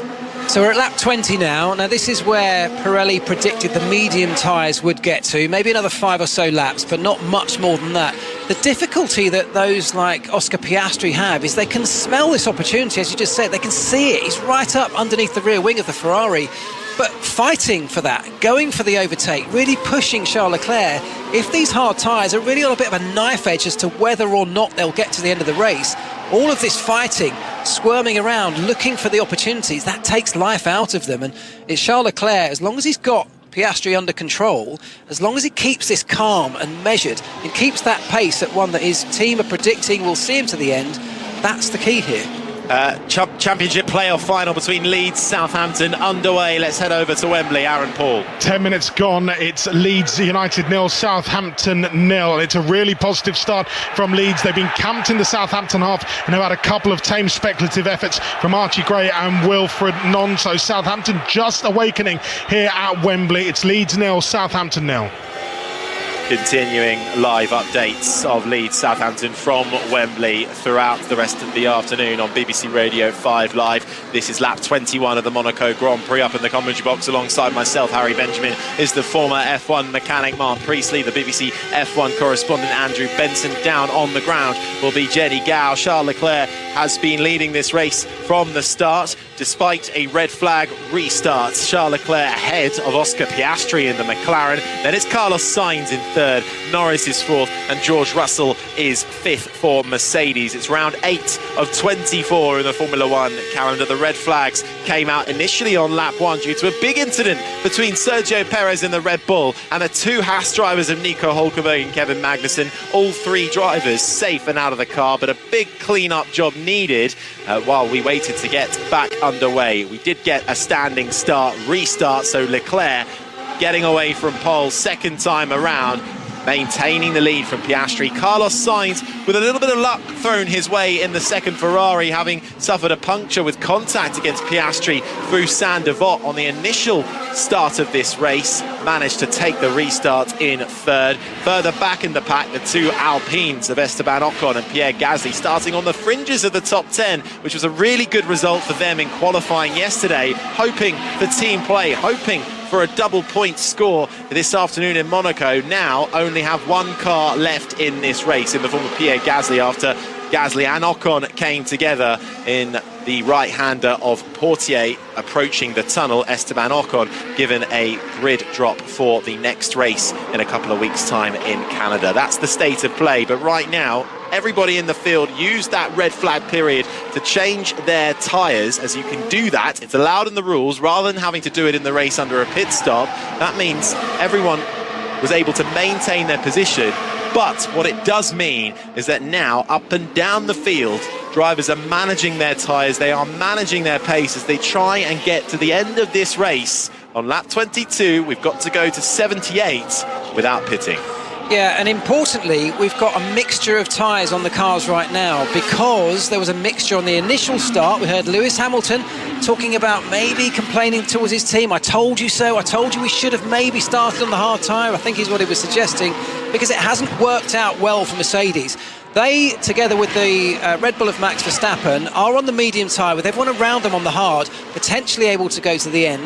If those 3 medium-shelled cars have to stop again, what about this? We heard Alexander Albon on the starting grid ahead of the initial start talking about starting in P9. He'd be really happy to stay and finish where he is. What about if those 3 medium-clad cars have to drop back with a pit stop? What about if Albon's able to stay out on the hard tyre?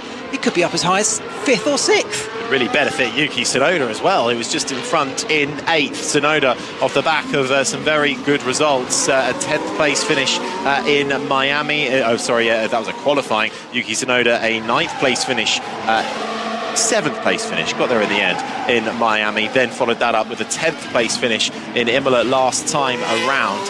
Alex Albon, on the other hand, yet to get a point on the board for Williams as it currently stands. Lap 23 of 78 here in Monaco. Let's get some rugby league action. Matt Newson. Yeah, Salford lead, Salford nil, Wigan 6 here. Adam Kieran showing a bit of toe, putting the accelerator down to speed past the Salford cover and score. Salford nil, Wigan 6. Thanks, Matt. Salford Wigan updates from the Rugby League coming at you throughout the afternoon on BBC Radio 5 Live. Leclerc leads by 1.5 seconds from Oscar Piastri. Carlos Sainz is third, Lando Norris is fourth. The top 4 drivers very much together on track. Then there's quite a big gap back to George Russell, who is openly admitting on the radio that he is managing his race, pootling around on the circuit in his Mercedes as he bids to try and keep the life in his medium tyres, whereas the top 4 are all on the slightly harder, more durable rubber, the hard compound. Verstappen in 6th.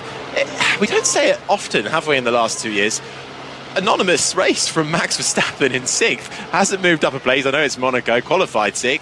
We've documented his issues throughout the weekend with the Red Bull not liking the curbs and the bumps around here. He's 1.4 seconds back from Russell. He's 3.5 seconds clear of Hamilton, very much in his own race down in 6th. Yeah, well, he's in the same boat as the 2 Mercedes on that medium tyre. And of course, if you look at the initial start of this Grand Prix, down in 6th place, if you're a Max Verstappen in a Red Bull, yeah, you could roll the dice. You had nothing really to lose. It was unlikely you were going to be able to move forward on the same strategy as those around you. So why not, when the rest of them go on the hard tyre, you take a gamble and start on the medium. But because of the red flag, for all the reasons I explained earlier on, that just hasn't worked out for him. So he's now stuck in no man's land in the same way the 2 Mercedes are. He's really going to struggle to do anything, I think, in this race. And actually all focused now on the top 4, that's the 2 Ferraris and the 2 McLarens, and just how far can they get these hard tyres into this race. About 25 of 78 of the Monaco Grand Prix, which is, the word iconic is bandied around quite a lot in Formula 1, but the Monaco Grand Prix certainly is. We go by corner names here in Monaco, not so much numbers. You've got Saint-Devote, you've got Mirabeau, Portier, Casino Square. You've also got Rascasse, which is where you can find all the bars and where you can also find Jenny Gow. What are you alluding to and insinuating? I'm just here merely watching the cars go by and watching the boats as well bobbing along, all the grandstands full. Just an update that Perez collision at the start of the race with the 2 Haas cars. There was a cameraman caught up in that incident, a photographer.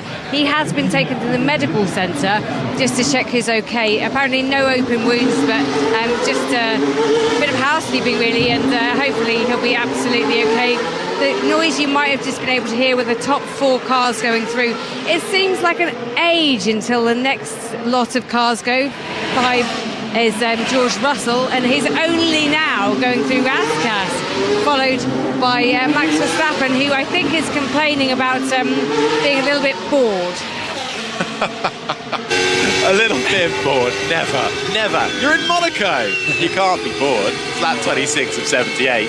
1.5 seconds is the gap between Charles Leclerc, who leads this race for Ferrari, ahead of Oscar Piastri. And it is a brilliant spectacle, Monaco, to behold. Just even from the setup of the track, it uses public roads, but it takes 6 weeks at least to set up, and then a further 3 weeks to take down. So really, you're talking a couple of months to get this race up and running, as Aston Martin's Fernando Alonso, who's stuck down in 12th at the moment, is looking for a change of plan when it comes to his strategy. But we're on lap 26 of 78 of the Monaco Grand Prix. Leclerc for Ferrari leads Piastri, Sainz and Norris the top 4. Aaron.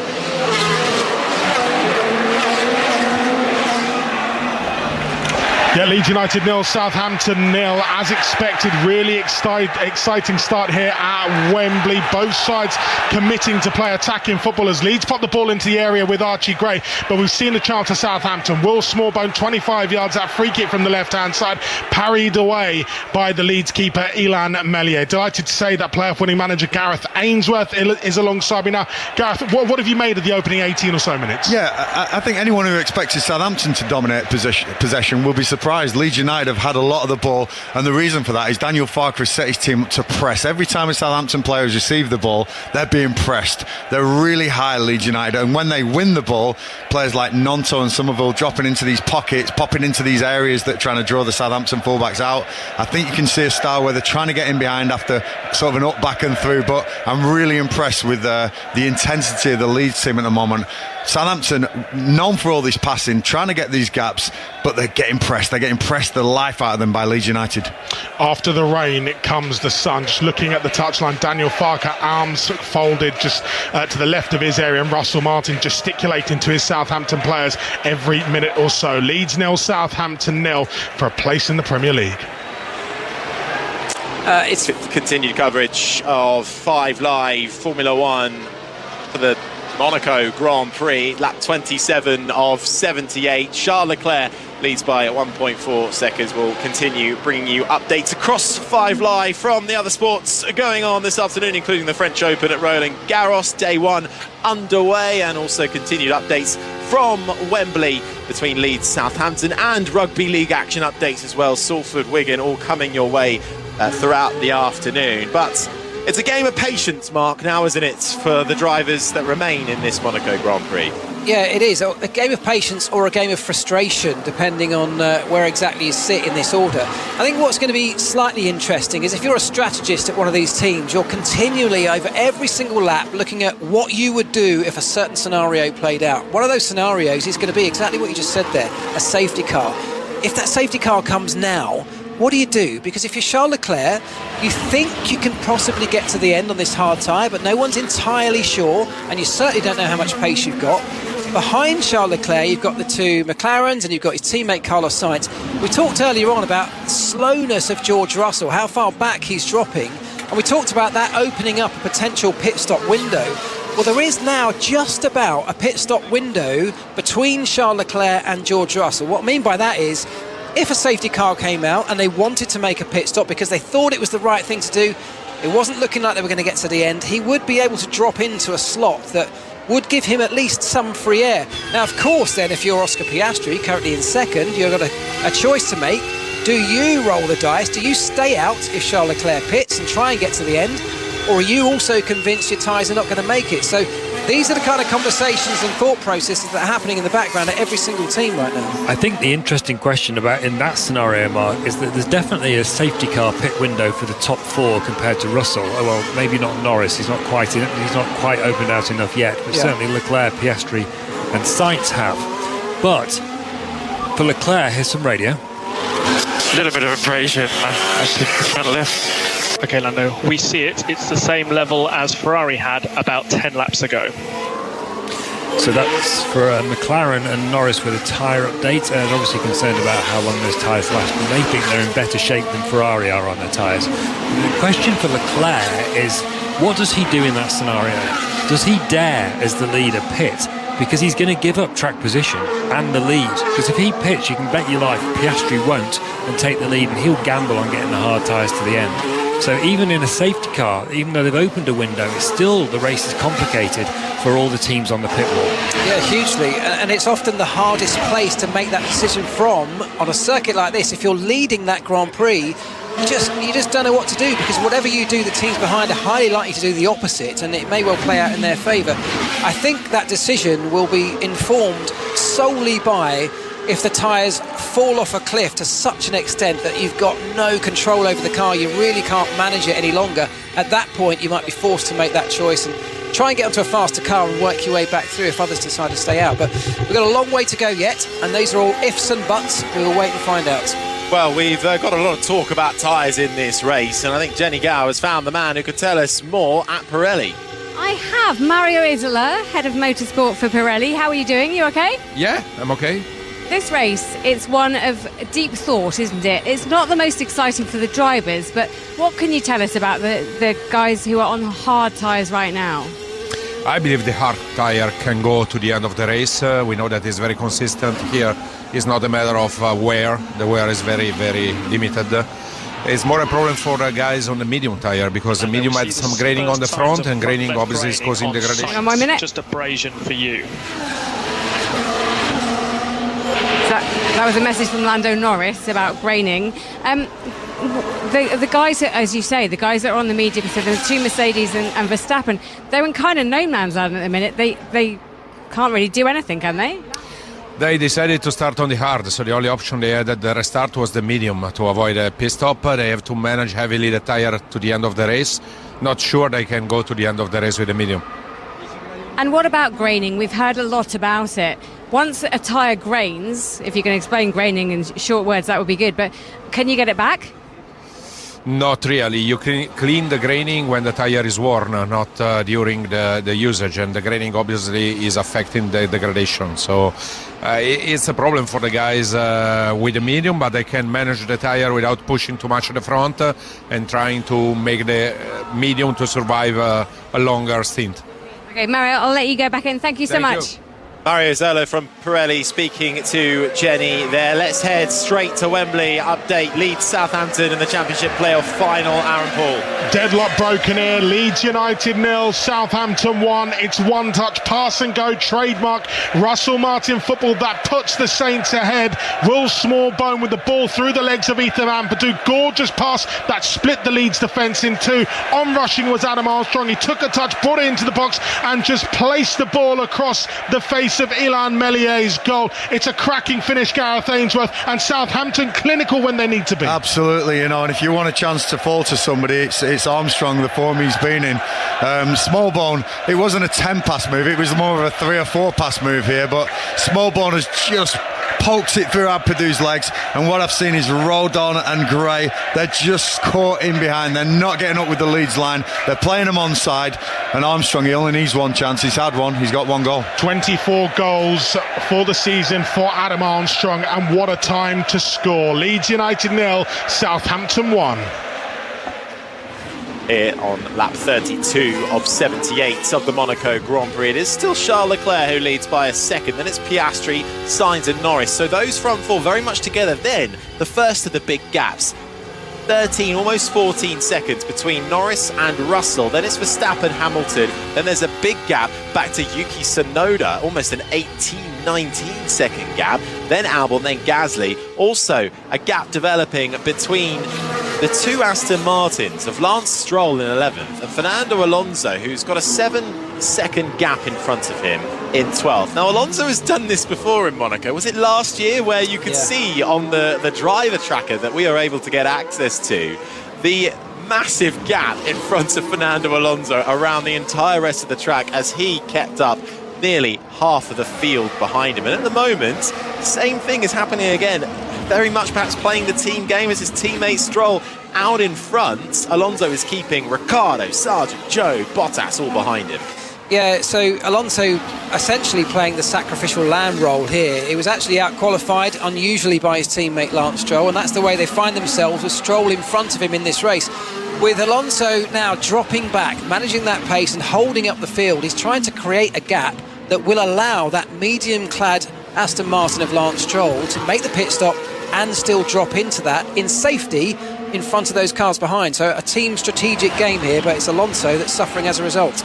Meanwhile, at the front, slightly interesting development. So George Russell dropped back. We heard Red Bull complaining about why he was dropping back and opening up a pit stop window, as they call it, here's some radio from Sainz. There is a risk that if we open 20 seconds, Lando goes for a soft, maybe. Yeah, we are on this. I think Lando soft could be dangerous at the end of the race. Tires are starting to grain for everyone. So that's Sainz discussing various permutations in tyre life and whether he thinks Norris might go aggressive at the end of the race with a set of soft tyres. What I was going to point out was that Russell, he's allowed the gap to go out between him and Norris to 13 seconds, but he's stabilised it at that point. So what that means is if there's a safety car, the top four drivers do have what they call a window to stop and get out and still keep their positions. But if there's a normal, they don't have the time to do a pit stop under racing conditions and come out still in their position and not lose ground to Russell. So that's an interesting strategy from Mercedes. Lap 34 of 78 of the Monaco Grand Prix. Charles Leclerc leads by 1.3 seconds to Oscar Piastri. Let's head into some rugby league action. Matt Newson Yeah, Salford 0, Wigan 12. We've got a video referee's review here as well, but that try that made it 12-0, Junior and Semba hitting on the right. Brad O'Neill might well add to the score, but at the moment it's Wigan who lead 12-0. Thanks, Matt. Sounds like there's a bit more action in the rugby than there is in the Grand Prix right now, but it could come to us throughout the rest of this race. It is lap 35. Leclerc, Piastri, Sainz, Norris, the top four, all on the hard compound tyre. Then further back, 13 seconds back, it's Russell on the medium ahead of Verstappen on the medium, and Hamilton too, also on that medium tyre. Tsunoda. I feel like that strategy from Ferrari to try and catch us out with Carlos, because I don't really get why they'd want to keep Russell in the window.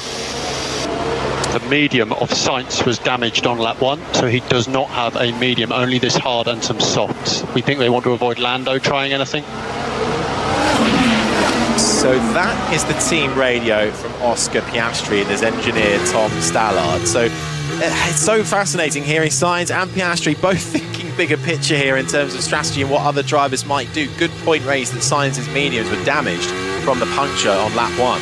Yeah, and they only had one of each of those tyres, so they don't have another medium to be able to put onto that Ferrari. So that's a really interesting part of this puzzle here, because if Carlos Sainz has to make a pit stop, i.e. if there's no way they can get these tyres to the end, his only option is to go for either another hard or a soft. And I suspect if he can run long enough, the soft will be the one, but they really do not last very long around this track in these temperatures. 16 drivers left in this Monaco Grand Prix. No Nico Hülkenberg in the Haas, no Kevin Magnussen in the other Haas after a big incident between them and the Red Bull of Sergio Perez on lap 1. All drivers safe and out of the way. Also on lap 1, big incident between Esteban Ocon and his teammate Pierre Gasly. That saw Ocon out of the race and given a penalty to boot. Jenny Gow. Absolutely. His penalty is a 10-second time penalty. Now, he isn't in the race, so it will be converted to a 5-place grid drop for the next race in Canada and 2 penalty points. So for the man who flew up into the air and back down again, it wasn't ceremonious, and that's the penalty he pays for 5-place grid drop in Canada. Thanks, Jenny. It takes him to 3 penalty points. So Esteban Ocon not in as much danger as the likes of Kevin Magnussen, who tops, at least he tops one standings, which is the driver penalty points. He's currently on 10. You get 12, you get a 1-race ban. The next highest driver on the list is actually Logan Sargent and Sergio Perez, both with 8 penalty points to their name. So Ocon then already on the back foot as we head towards Canada. That will be the next round in a couple of weeks' time. Then we head to Spain. Austria beckons before Silverstone, Hungary, and then Belgium have the summer break at that period of time.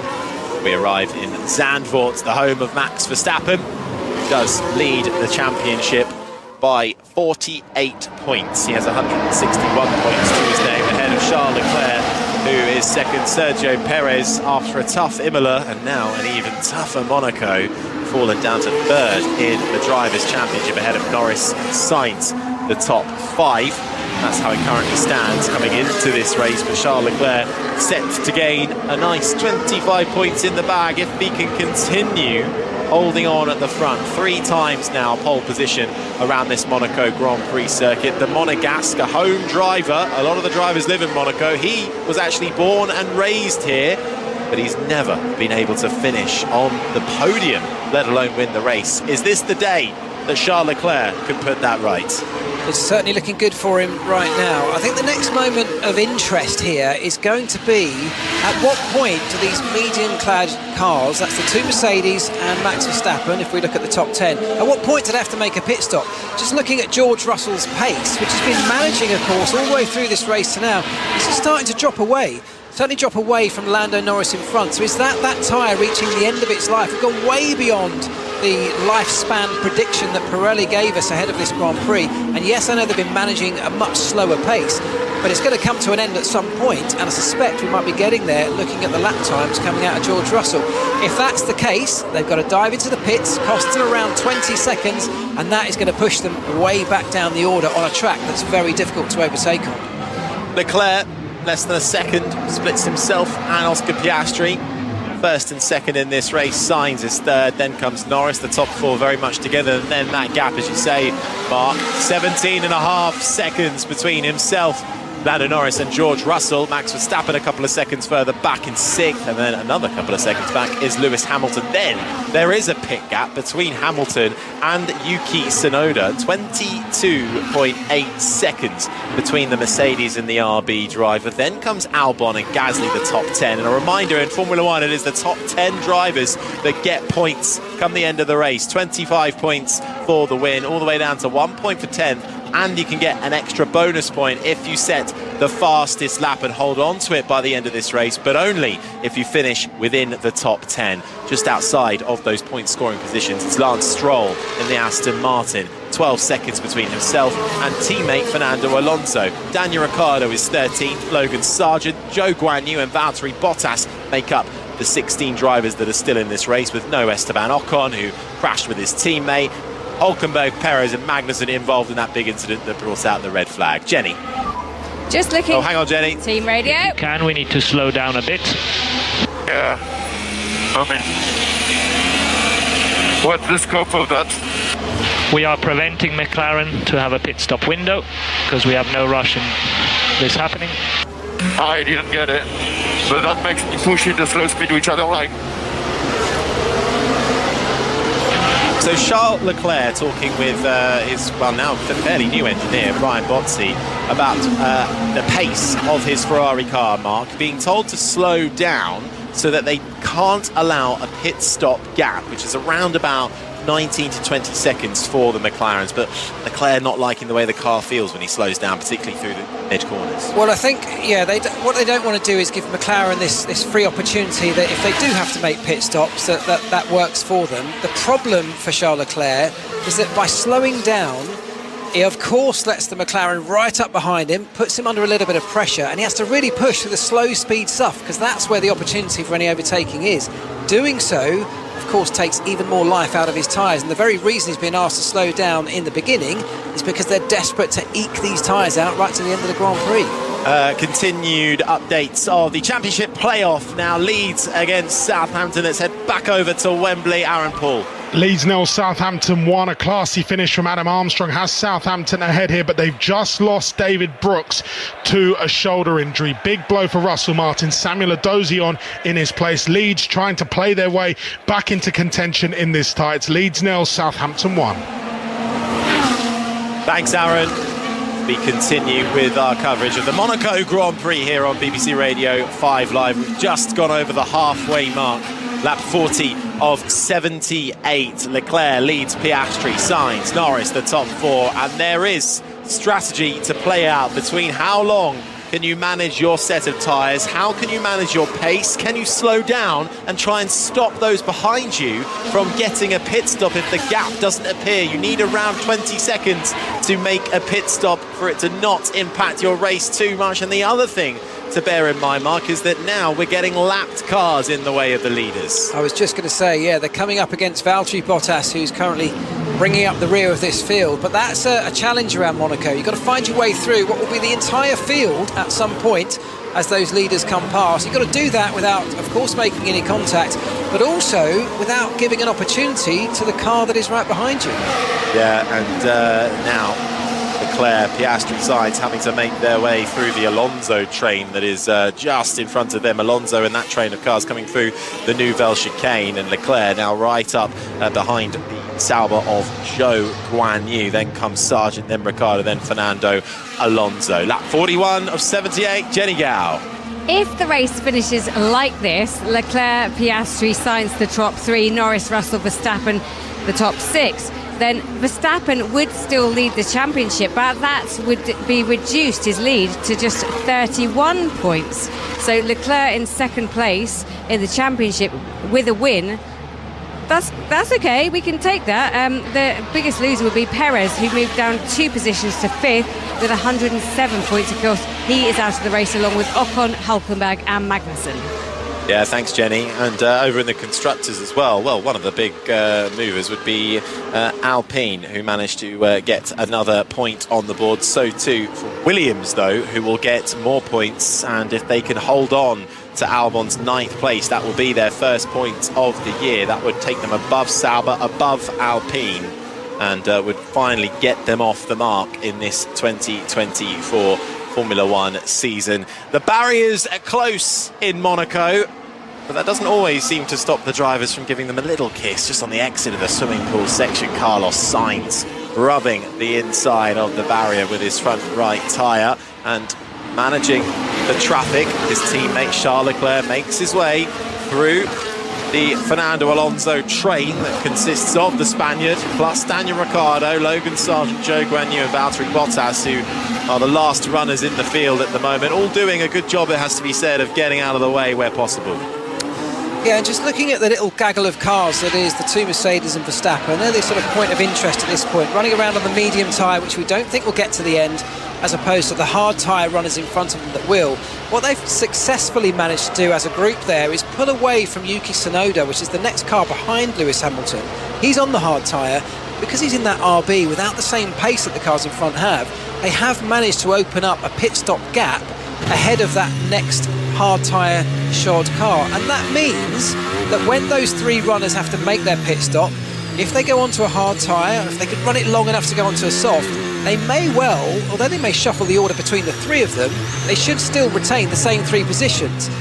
There's a slight outside possibility, like Andrew said, that if they do leave that late enough and get onto a fast enough tyre, have enough pace advantage and an offset to the cars in front, could they find a way to claw back that time and get up against the top four cars?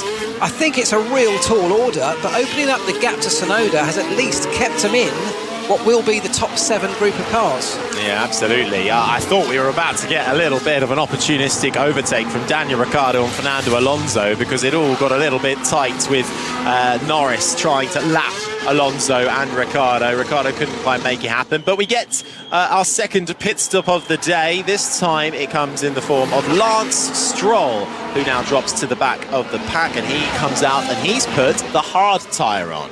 Yeah, and actually that strategy that they played out with Alonso holding the pack up has worked. They opened up just enough. They had to get a really perfect pit stop. They didn't give themselves an awful lot of freedom there for things to go wrong, but they did deliver a good pit stop, and he comes out back in a decent position ahead of Alonso and maintains that position. So although Alonso has suffered in terms of time, Lance Stroll managed to gain essentially a free pit stop there. No, that has worked perfectly for Aston Martin and Lance Stroll. 11th at the moment, just on the fringes of the points, so they're in the hunt if anything happens in front of them. Here's Norris on the radio. That's my front left looking right to them. Okay, Lando, of the 4 of you, you are the best. But Lando Norris asking how his front left tyre was looking, and greeted with a rather positive response. It's better than Sainz, Piastri and Leclerc, who are all ahead of you. So is Lando Norris just able to manage his tyres a little bit better behind Sainz further back? There's about a second between those two drivers at the moment. Yeah, looking good in terms of time management. That's great. I think the problem's always going to be, what do you do with that information? How can you flip that into something that can create an advantage for you that might translate into a better position? And that's the challenge around here. You can have better tyres, and of course you always want those, but unless something happens, a mistake from those in front, something strange like a safety car or incident, you really are kind of stuck. I mean, the only thing that can work in someone like Lando Norris's favour is if he has managed those tyres and kept them in decent condition. If the performance drops away to an extreme level out front, potentially then he's got a little bit more left in the tank, so to speak, in terms of his tyre performance to make use of. But it's a real tall order around here. The track is narrow, the cars are wide, and if you drive it sensibly with an eye in the mirrors, you should be okay. Orlando's pit window is behind Verstappen or in front. Yeah, but keep me posted if he suddenly gets a better window. Yeah, sure. We cannot allow that. We cannot allow that from the Ferrari engineer talking to Carlos Sainz there. So that's talking about the gap behind them. Did he say the gap behind Verstappen? So referring to Hamilton and that bit, then the 33.5 second gap to Tsunoda.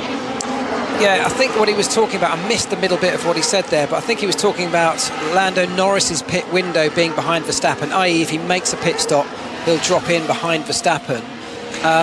and they were saying, don't let it get better for him. Yeah. Don't let it get so big that he can make a stop and stay and come out ahead of Verstappen, because they're worried about, remember from before, they're worried about Norris putting on a pair of softs. Set of softs, I should say. There's 4 tyres on the car. 2 pairs of softs. Exactly, 2 pairs of softs. And coming back at them at the end of the race. Yeah, and with that gap, he would come out behind Max Verstappen. It would be tight, though, with Hamilton if he's able to push through his grading troubles on the medium and find some lap time. Charles Leclerc leads this race, lap 46 of 78, 1.8 seconds the gap between himself and Piastri. That gap did briefly open up to nearly 2.5 seconds about a lap ago. So Piastri, perhaps making a mistake or managing that pace, has managed to close the gap slightly, though. Then it's 2.6 seconds back to Carlos Sainz. Norris is 4th. Then comes the first of the big gaps, 14.5 seconds, though. That is not enough for Lando Norris to pit. You need about 20 seconds here in Monaco. Then it's Verstappen, then Lewis Hamilton in 7th. Then there's a big gap, 35 seconds to Yuki Tsunoda in 8th. Albon is 9th. Gasly rounds out the top 10. And I think here the point is that none of the 4 at the front of this field, that's the 2 Ferraris, the 2 McLarens, none of them want to pit. Let's make no mistake, they all want to be able to get to the end. Certainly Charles Leclerc, who leads this race, does not want to give up that valuable track position at the front of this field. He will do whatever it takes, and he's been managing the pace quite successfully so far to get those hard tyres all the way to the checkered flag. Everybody else is, of course, waiting to see if they've pushed these tyres too hard. Have they gone at a pace, slow though it is, that's taken too much life out? It's a massive unknown. They are treading into waters here they haven't been in yet so far this weekend. No one has done anything like this amount of running on these tyres. It's still an unknown, and there are still opportunities for people if this tyre performance starts to fall away dramatically. I think the most lappage teams did in practice was around about 8 laps to get any kind of long run data. They needed 70 more really to equate it to the full Grand Prix distance. It is round 8 of the Formula 1 World Championship, which comes to the jewel in the crown here in Monaco, and it was Charles Leclerc on pole position who got away cleanly from pole. Oscar Piastri in the McLaren alongside, but then the red flags came out on lap 1 for a 3-car incident between the Haas drivers of Nico Hülkenberg and Kevin Magnussen and the Red Bull of Sergio Perez. It was a really heavy shunt on the run-up through Saint-Devote, past Massenet and into Casino Square. All 3 drivers able to walk away, but there was a lot of damage done to the barriers and carbon fibre strewn across the track surface. Just for your info, I think you have around... do you want to know the margin? No, Charles, we're not interested, we know. You said all right. No, we are not interested. That's rude. Sorry. Charles Leclerc, I think, already has quite a good relationship with Brian Botzi on pit wall, who came in to be his race engineer in Imola last time around. So Charles Leclerc then offering up his margins, and they weren't interested. They can see them all on the data anyway. What he means by that is, do they want to know how much pace he's got in hand if they need it? So, for example, if they decide they do want to make a pit stop, you know what typically happens. You have to put the hammer down. Hammer time if you're Lewis Hamilton. Let's hear from Norris. And Lando, something to start thinking about. If there was a safety car, we'd have a free stop. We think we'd take it from medium. Carlos would either have to stay out or take a soft. Have a think. A free stop I'd definitely take, of course. Yeah, so, well, that's interesting. I'll come back to that in a moment. But I think from a Ferrari point of view, Charles Leclerc out front here talking about how much pace he's got left, and the team saying we don't really care, we're not interested in that because we're not thinking about that kind of strategy. We don't want to make the pit stop. It's everything to get this Ferrari to the end. From Lando Norris's perspective, that free pit stop, what they're talking about there is if they had a safety car, there's enough of a gap behind him to drop into without him losing any places. That's a free stop, and it's a no-brainer you take that because you end up in the same position on track with a fresh set of tyres and loads more pace. Still to work this one out here in Monaco, a race being dictated by tyre management. And how far can you get into this race? Do you need to make that pit stop?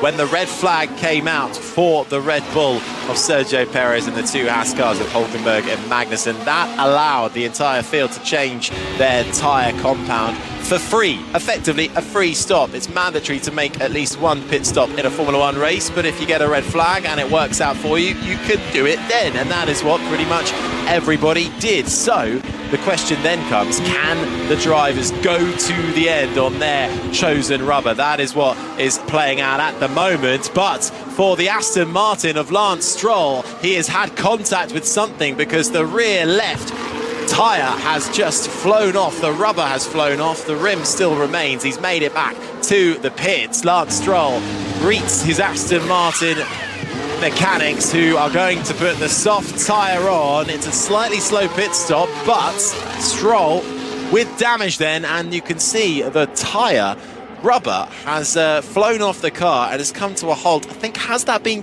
just about contained within the pit lane? I think it has, so it's not on the racetrack, so that's good. We won't get a yellow flag having to cover that, and Stroll makes his way back out onto the circuit on the soft tyre, but comes out in plumb last. Yeah, and it's we haven't seen the incident yet exactly, so we don't know what happened, but it's a disaster really. They just put all that work into Fernando Alonso, giving him the gap to get the free pit stop, which he took quite successfully. He's now found himself having to take the soft tyre, which, by the way, has got a long way to go. 28 laps to get to the end of this Grand Prix. That's a huge amount of time to keep on that soft tyre and keep it alive. But what other choice did he have at this stage in the race? He's dropped back because of the extra pit stop. He had to take the gamble. So a damaged left rear for Lance Stroll, then back out into this race. Still 16 cars remain, having lost Hulkenberg, Perez and Magnussen with that big incident that brought out the red flag. We also lost Esteban Ocon in the Alpine after he came to blows with his own teammate Pierre Gasly on lap 1, coming into the right-hander of Portier as you approach the tunnel in the middle sector of this lap. He has received a time penalty, but because he's not in this race, that'll be converted to a grid penalty next time out in Canada. But we are in Monte Carlo, and Charles Leclerc, having set pole position, his third pole position in Monaco, but he's never been able to convert it to the race win or even score a podium around his home streets. The Monegasque driver looking to become the second ever Monegasque racer to win around the streets of Monaco. And further back, we've seen how Lance Stroll managed to damage his left rear, and that was coming into the Nouvelle chicane. Yeah, he clipped the Armco barrier on the way into that Nouvelle chicane with the left rear, and it's destroyed the rear tyre. Unfortunately, it's also destroyed his race. So a difficult afternoon for Aston Martin. Lap 51 of 78, Leclerc leads Piastri, Sainz, Norris, Russell the top 5, Verstappen, Hamilton, Tsunoda the top 8, Albon and Gasly Mercedes the point scorers at the current moment, as Mercedes come out of the pit lane to greet which driver we shall have to wait and see.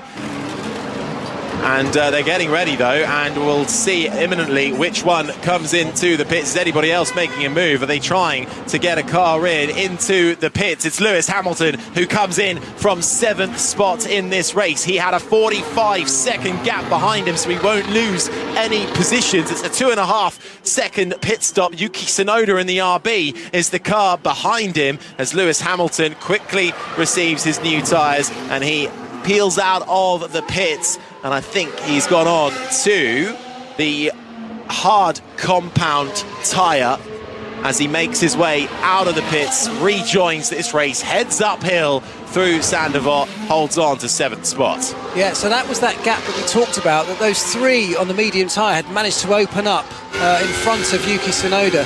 Let's keep an eye on, we're looking out of our pit stop, our commentary box window at the Mercedes team, because I suspect very shortly it'll be George Russell doing the same thing. Yeah, lap 52 then of 78. Charles Leclerc leads, Piastri, Sainz, Norris and Russell. But for the time being, let's head back to Maz. Harry, thank you very much. Harry Benjamin and the F1 team there. So 26 laps or so to go in Monaco. Charles Leclerc still leading from pole. All the glamour then on 5 Live Sport this Sunday. The glamour of Monaco. Dustin Hoffman's in the stands at Wembley, just to add a little bit of glitter dust alongside Aaron Paul and Gareth Ainsworth at half-time in the Championship playoff final. I'm with the wild thing though, Maz. Leeds United 0, Southampton 1 at half-time. A 24th goal of the season from Adam Armstrong in the biggest occasion of them all has Southampton ahead. And despite the fact that Leeds have held most of the possession, it is Southampton who've had the better of the opportunities. Leeds started brightly, Archie Gray and Wilfred Gnonto with early sightings of goal. And Southampton took time to settle, but they've looked excellent since. Will Smallbone producing a flying save from Ilan Melier with their first opportunity, that from a free kick, before Armstrong put the Saints ahead with a clinical finish following an excellent ball through by Smallbone. Armstrong then went close again. Saints with a pre-rehearsed free kick. The big number 9 drifting into space on the right-hand side of the area, turning and firing a shot across the face of goal once again, and it needed a big, strong paw from Ilan Melier just to beat it away. So much to talk about. We'll have the full debrief on a special edition of 72 Plus, our EFL podcast tonight. But Gareth Ainsworth alongside me, what have you learnt from that breathless 45 minutes? Well, a great performance from Southampton. When they're not totally dominating possession, they can still be good. They can still be very good. Flynn Downs, for me, has been exceptional on the ball in midfield. He put the ball to Smallbone. Smallbone then slipped it through to Armstrong, who there's no other man in the Football League you want in that position. He finished it with aplomb and superb clinicity. I mean, Southampton seem to now get back in numbers. They're flooding Leeds. They're suffocating Leeds' attack. I think Leeds started really well. Nonto and Somerville obviously trying to get in pockets and move Southampton's back four around. They weren't phased. They kept hold of the ball, and it's not often you see a team out-possess Southampton. I think it's very close on possession, but shots on target is where it's at. And Southampton really have made it count. Leeds haven't troubled the keeper yet, and hopefully Daniel Farke will be getting more from that. But looking at the benches, there's a big change for Southampton. There's not much on the attacking side for Leeds, so it's going to be very tough, and they're going to have to come out just like they started the first half and hopefully get some chances. But Southampton deservedly in front, and fair play to Russell Martin. Got his tactics spot on really today. Gareth, sorry, I was just going to say, Gareth, you've been in this position. Some big team talks needed at half-time from Daniel Farke in particular. If you're Russell Martin, I imagine just say more of the same for the second 45. Yeah, I think Russell's going to say, look, they're going to come out, they're going to fire at you, they're going to say, you do what they did at the start of the first half, and Leeds were unlucky not to hit the target, but Daniel Farke's really the one now who's got to get something going in his team. He's got to give them belief. They're kicking towards their fans now, and that's going to, anyone who's kicking in front of their own fans now, it's going to inspire them. But it's just that clinical edge at the end there. They've not really troubled Southampton's keeper at all. Whereas Southampton, they've made Maitland make 2 great saves. They've scored a goal. It's just that clinical edge that they've got over Leeds at the moment. One thing we noted in the first half, Maz, and this was something that Gareth and I were talking about, is the fact that Southampton, once they scored, they're not afraid to let Leeds have possession of the ball. They are so rigid in their system. They're so fluid when they move. And I was saying to Gareth, I'd love to see sort of like a top view when you see the numbers all moving around and just watch how they transition from shape to shape. They are so immensely drilled, Russell Martin's side, and rightly so. They are ahead at the break here at Wembley, 45 minutes away from the big prize, a return to the Premier League. It's Leeds United 0, Southampton 1. Aaron, Gareth, thank you for the time being. See, a half-time at Wembley, Leeds 0, Southampton 1. Half-time as well in the 2 Super League matches today. Salford, Wigan. Matt Newsom's watching this one. Yeah, no Hollywood superstars here at Salford. No Hollywood script either. It's gone practically as you might have imagined it. Wigan have come here as the world champions, the reigning Super League champions, completely blown Salford away. Adam Kieran, Junior Nsamba and Brad O'Neill tries have given them an 18-0 half-time lead. Salford have had a couple of looks at the Wigan line. Nothing really clear in terms of chances. They've got a lot to do in the second half. It's Salford 0, Wigan 18. Matt, thank you. Hull KR putting lots of unanswered points as well past London Broncos in the other Super League game. Half-time there, Broncos 0, Hull KR 46. What about what's happening at Roland Garros on day 1 of the French Open? Russell Fuller.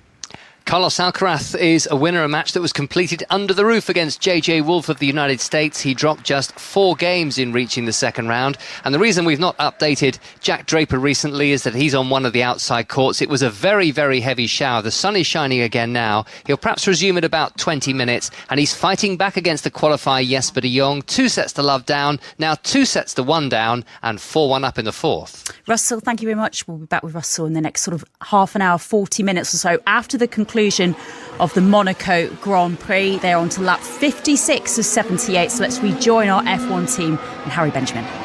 Thanks, Maz. Yeah, just crossed the line for lap 57 of 78. Charles Leclerc still leads Oscar Piastri. Then it's Carlos Sainz and Lando Norris. George Russell in 5th. And things have taken, they've gone up a notch slightly in the last few laps. Lewis Hamilton came into the pits for Mercedes. Came in 7th. came out in 7th. Max Verstappen then also pitted as well, and this is what we're really honing in on. Verstappen, with new hard tyres, is cruising up to the back of George Russell, who wasn't able to pit because the gap wasn't there for him. Russell is on much older medium tyres. Russell, can he get to the end of this race on those medium tyres is the first question. And if he can get to the end, will he be able to keep a much faster Max Verstappen on much fresher tyres behind him? And then, if Verstappen can get through on Russell, the front four are right there in front of the Dutchman. Well, have Red Bull played a blinder? Red Bull have just changed the game for the front four as well here, certainly for Lando Norris and Carlos Sainz, because that threat that's potentially on the horizon towards the end of the race from Verstappen means that Lando Norris at least has to take that opportunity of the free pit stop. He's got that slower car of George Russell behind, a nice big gap. He's got to take the pit stop, and in doing so, he might actually undercut Carlos Sainz in the Ferrari here with his fresh tyres. Now, of course, then what does Carlos Sainz do? And the whole thing triggers its way forward. It's Charles Leclerc, who's sitting at the front here, who does not want to come into the pits under almost any circumstances. But behind him, there is still a definite chance that things could change with Max Verstappen approaching very quickly. Lance Stroll trying to make up positions, and he does a brilliant overtake through the tunnel on the right-hand side of the Sauber of Zhou Guanyu. Comes out in front, Stroll on fresher, quicker tyres on the soft tyre. Joe with no confidence in his Sauber all weekend long. Lets Stroll through, doesn't fight that one too much, and Stroll now trying to make up positions, having damaged his rear left with contact against the wall at the Nouvelle chicane, then picks off the Williams of Logan Sargent coming down towards Sandoval. Lap 58 of 78, Verstappen cruising up to the back of George Russell for 5th, but also Sainz in 3rd place in the Ferrari cannot shake Lando Norris in the McLaren, who is right behind him and looks like he's been getting more aggressive in the last lap or so. And Carlos Sainz and Ferrari are now in a tricky situation here. They can't make the first pit stop because they effectively give up track position. Lando Norris will almost certainly do the opposite. However, Lando Norris has got the luxury of being able to do the opposite of Carlos Sainz. Lando makes this pit stop. Carlos Sainz has to stay out then. Lando's on a faster set of tyres and has the opportunity to find his way past, protecting from that Verstappen challenge. But Norris can't stop yet unless it's a safety car, because Russell's still 17 seconds behind him. He needs 20 seconds to be sure and make a pit stop. But Russell going much, much slower. It's only going to be a matter of time before Norris is able to pull that gap, unless... This is what we were talking about earlier with Carlos Sainz protecting from that threat of Lando Norris having a big enough gap to pop into if he does make the pit stop. So Carlos Sainz, if he can slow down the pace of Norris, might just keep that gap too small for Norris to drop back into. 75% complete for the Monaco Grand Prix. It's lap 59 of 78. Charles Leclerc with a 1.6 second gap over Oscar Piastri leads this race. Sainz is 3rd, Norris 4th, then comes Russell 17 seconds behind. Verstappen now 4.5 seconds behind the British racer. Then it's Lewis Hamilton. Tsunoda is 8th, Albon down in 9th and trying to hunt down the Japanese driver as they make their way through Sandoval. Pierre Gasly rounds out in the top 10. Jenny. Yes, I'm just down at Rascath and watching the top 4 come through is fascinating. A little lock up here, a little squirm there, but you can see that they're struggling with the tyres as they come through this tight right-hander. And then I'm watching the gap as well between George Russell and Max Verstappen. And Max Verstappen's managed to get past the traffic that was lapping. So he's all eyes on George Russell in that Mercedes and trying to hunt him down, and it's fascinating to watch. No one is watching it again. That's Verstappen saying battery, no one is watching it again. What's he referring to there, Mark? He's talking about the team giving him an update on what state of charge his battery is, the electric element of the hybrid system on board these cars. The team have to keep an eye on that to allow Max Verstappen to keep it topped up in certain areas of the lap, to recharge under those braking zones. Verstappen hasn't got time himself whilst he's driving the car to keep a controlling eye over that, so he needs feedback from the engineers and clearly hasn't been getting it. Battle for 5th well and truly on. George Russell just making his way towards Raskas. Verstappen coming out of the swimming pool section. Actually has a little wobble on the Red Bull as he's tucked right up behind the Alpine of Pierre Gasly, who, once they get onto the main straight, peels out of the way. Blue flags being waved for the Alpine. That is a lapped runner. He is a lap down as Verstappen brakes for turn one. The DRS, the drag reduction system, the element of the rear wing that flies open when you're within a second of the car in front on the main straight, gives you 10 km/h extra speed, slams shut under braking as Verstappen then makes his way up through Sandoval, chasing down Russell for 5th. And Verstappen just had to work his way through a bit of traffic, but was closing on George Russell at 2 seconds a lap. He is right up behind him now, and this is a challenge which is going to put George Russell under huge pressure in the probably towards the end of this lap. Much faster Max Verstappen, and much faster Lewis Hamilton behind him. George Russell really the sitting duck here, and it's actually all being controlled by Carlos Sainz slowing down Lando Norris to try and protect against that free pit stop that McLaren might otherwise have. This is a really quite interesting strategic play here. It's going to be Verstappen getting past Russell. I'm not sure that's going to be too much of a restriction for him. How much he'll be able to hang on, I don't know. And then he's going to be closing that pit stop window, meaning that Lando Norris no longer has the free pit stop. Verstappen then has a free run at that top 4 set of cars on fresher tyres. This is actually quite interesting. And not just fresher tyres, but 52 lap fresher tyres. It is really going to be interesting. I know it's been pretty boring up to now, everybody. But if you stuck with it, you're going to be rewarded, that's for sure. You're listening to live coverage of Formula 1 on BBC Radio 5 Live. We're about to test just how hard it is to overtake at Monaco, aren't we? Can Verstappen on these tyres, which are going to have so much more grip, get past Russell? Into the braking zone for Mirabeau, the right-hander. It then snakes towards the hairpin, the Lowe's hairpin, the hotel on the exit through the left-hander, then arcs right into Portier, the coastline, the sea to your left as you head into the darkness of the tunnel illuminated by lights, and before you know it, you're back out of the tunnel into the glaring sunlight, downhill braking into the Nouvelle chicane, jink left, jink right, try and avoid the sausage curb in the middle. Russell heading towards the left-hander of Tabac.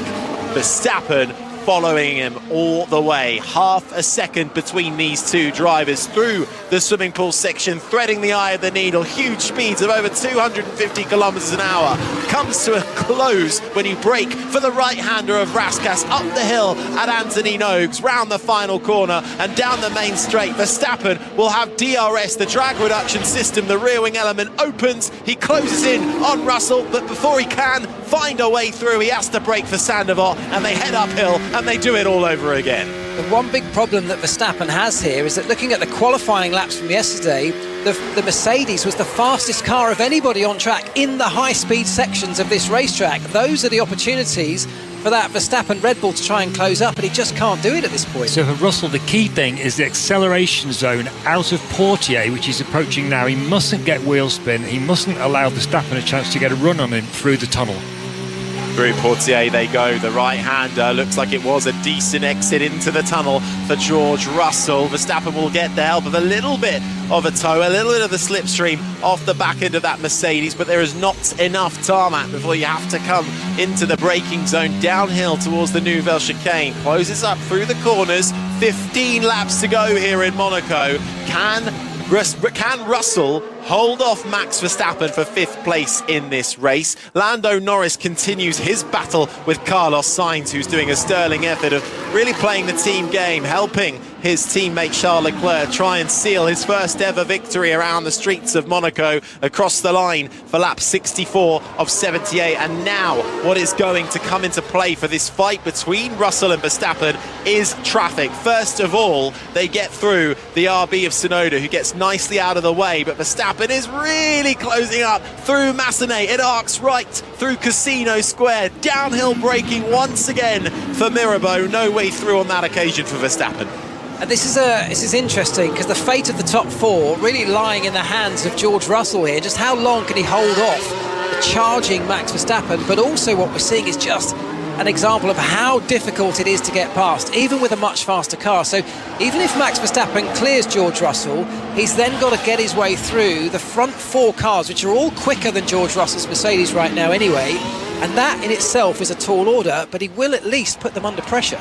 Leclerc still leads this race for Ferrari, 1.7 seconds the gap between himself and the McLaren of Oscar Piastri. Sainz is third, Norris is fourth, then comes Russell and Verstappen still chasing in sixth. Hamilton is seventh, Tsunoda eighth, Albon ninth, Gasly rounds out the top 10. Those are the point scorers. Then comes Alonso in 11th ahead of Ricciardo, Bottas, Stroll, Zhou and Logan Sargent, the 16 remaining drivers in this race. Out of this race, Esteban Ocon after a lap 1 collision with his teammate out in the Alpine. The two Hasses of Nico Hülkenberg and Kevin Magnussen after that huge incident with them and Sergio Perez in the Red Bull on lap 1. That brought out the red flag 65 laps ago. Jenny Gow. Just looking at Russell, who's in 5th, and Verstappen in 6th. Verstappen has spent all weekend complaining about the handling of his Red Bull. It's bumpy, it doesn't like the curbs at all. That's why he's qualified down in 6th place. So can he actually put together a challenge on Russell in a car that Russell is actually quite enjoying driving around this Monaco circuit? We are watching Max Verstappen's magic unfold, a car that hasn't been to his liking, but Verstappen is a driver who can give that little extra edge to a car that all the 19 other drivers in the field can do. He's still within a second of Russell, who is ahead, but last time around the gap just extending slightly. Lewis Hamilton is going quite nicely behind, but not able to really break the 2.5 second barrier to get himself involved in this fight for 5th. Remember, George Russell also has a new front wing that Mercedes are trialling out with some performance gains on it this weekend. Lewis Hamilton electing not to have it for this weekend's round. Yeah, so let's hear from Tsunoda quickly. Okay, Yuki, we have a marginal strategy, so you can push more now. That's what I tell you. And what he's suggesting there is they've obviously been managing tyre performance throughout the race. He's saying it looks like we're okay on tyres. We've done a really good job of managing them with, just over 11 laps to go. We think we've got a little bit of spare performance left. So if we want to push a bit harder, we will be okay to get to the end of the race. And that will be encouraging signs for everybody else. The likes of Charles Leclerc in that Ferrari that we've been looking at managing and controlling this pace, doing a really good job of it actually. If Tsunoda looks like he's going to be safe to the end of the race on those hard tyres, probably it looks like everyone else will be too. So all Charles Leclerc needs to do is get it safely to the end. Piastri's not far behind, just about a second and a half. But like we're seeing from Verstappen on Russell, it is very, very difficult to overtake. And I think Leclerc has this under control at the moment. Yeah, he has driven superbly from the beginning of this weekend, really. Charles Leclerc has been on the pace and challenging at the sharp end and pushing when he needs to. Yeah. And he's been very smart with his driving this weekend, you have to say, from Leclerc, who has stepped up over the last few rounds. This season didn't get off to the best of starts. He was being outpaced by his teammate Carlos Sainz. And of course, Carlos Sainz missing Saudi Arabia, the Grand Prix for a appendix surgery, then came back for Australia and took the win after problems with Max Verstappen, and now helping his teammates try and seal his first win of the season. Leclerc 1.9 seconds now in front of Oscar Piastri. Carlos Sainz third, Lando Norris fourth, Russell fifth, Verstappen sixth, Hamilton seventh, Tsunoda eighth, Albon 9th, Gasly rounds out the top 10. Let's head back over in the meantime to Wembley and get an update on the playoff between Leeds, Southampton, Aaron Paul. 5 minutes of the second half played here. Leeds United 0, Southampton 1. Adam Armstrong's 24th goal of the season has the Saints in control here, but it's been an electric start to the second half, with Leeds just turning the intensity up just that little bit more. Gareth Ainsworth. Yeah, Aaron, you're right. You know, they've started just like they started the first half. They're pressing, they've got energy. Yeah, I just wonder how long this will last, you know, because this is a notoriously big pitch. How long they can keep it up. I think they're only going to need an early goal to get back into this game. I mean, down the flanks is something that we pointed out before the game. I still say down the flanks is where it's going to happen for Leeds. You can see Russell Martin getting so frustrated when Leeds win that battle in the midfield, because he's set up to dominate midfield. When Leeds win that ball in midfield, they're getting it wide. Nonto, Somerville causing all sorts of problems, just getting that shot on target. They just need to hit the target more, because Southampton have done that, and that's where their goal came from. And they've just won a free kick on the edge of the area. It looks like it was Harwood Bellis She clattered into Georgina Rutter, and this is a fantastic opportunity for Leeds United, right on the edge of the penalty box, left-hand side of the area, and the Leeds players just start to assemble themselves in and around that Southampton not far off being goal. a penalty itself, actually. Absolutely. Sun beating down on that end of Wembley, where all the Leeds fans are nervously awaiting this free kick. It is Leeds 0, Southampton 1. Thanks, Aaron. Back here in Monaco for the 8th round of the Formula One season. A few moments ago, we heard Logan Sargent saying he hit the wall. That was just on the exit of the swimming pool section. He's gotten away with it, though, still cruising around out on the track. No yellow flags to worry about, but the sun is beating down in Monaco. The harbour is full. The balconies that overlook the track for the local residents are absolutely stuffed full of people enjoying what has been quite an intriguing race. Let's not lie, we thought it might need a little bit of prodding to come alive at one point, especially when we're all talking about tyres and how long they can go for. But in the last 10 or so laps, it has proven to be a real interest in strategy and tyre management. Verstappen chasing down George Russell for 5th, and we thought, well, if he can get through on Russell, might he be able to catch up to the top 4? That hasn't quite happened yet. Charles Leclerc holding firm, though, on his hard compound tyres in the lead of this race. Piastri is 2nd, Sainz 3rd, Norris 4th, Russell 5th. Then comes Verstappen, about a second behind Russell at the moment. Hamilton 1.5 seconds behind the Dutchman. Tsunoda is 8th, Albon, Gasly round out the top 10.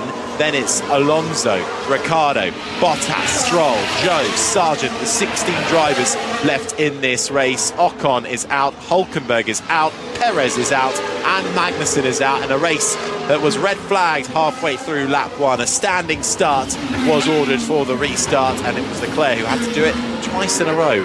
His launch from pole position, and it has been a perfectly managed race so far, because that gap now is actually starting to extend, Mark, between Leclerc and Piastri, 4.5 seconds. Yeah, and it's Piastri who's actually coming under a little bit of pressure from Carlos Sainz behind, the Ferrari closing right up behind him, so it's not quite over yet. Let's head down to Jenny Gao. She's talking to Sergio Perez. I am. Sergio, an unfortunate end. You're okay, first and foremost? Yeah, all okay. And just talk us through it from your point of view, because you got left with no tyres on your car. It was a big smash. Yeah, it was a crazy amount of impact, and one that really hurts, because it hasn't been a weekend. We put ourselves in that position, and it's something we have to understand and learn going forwards. Thank you very much.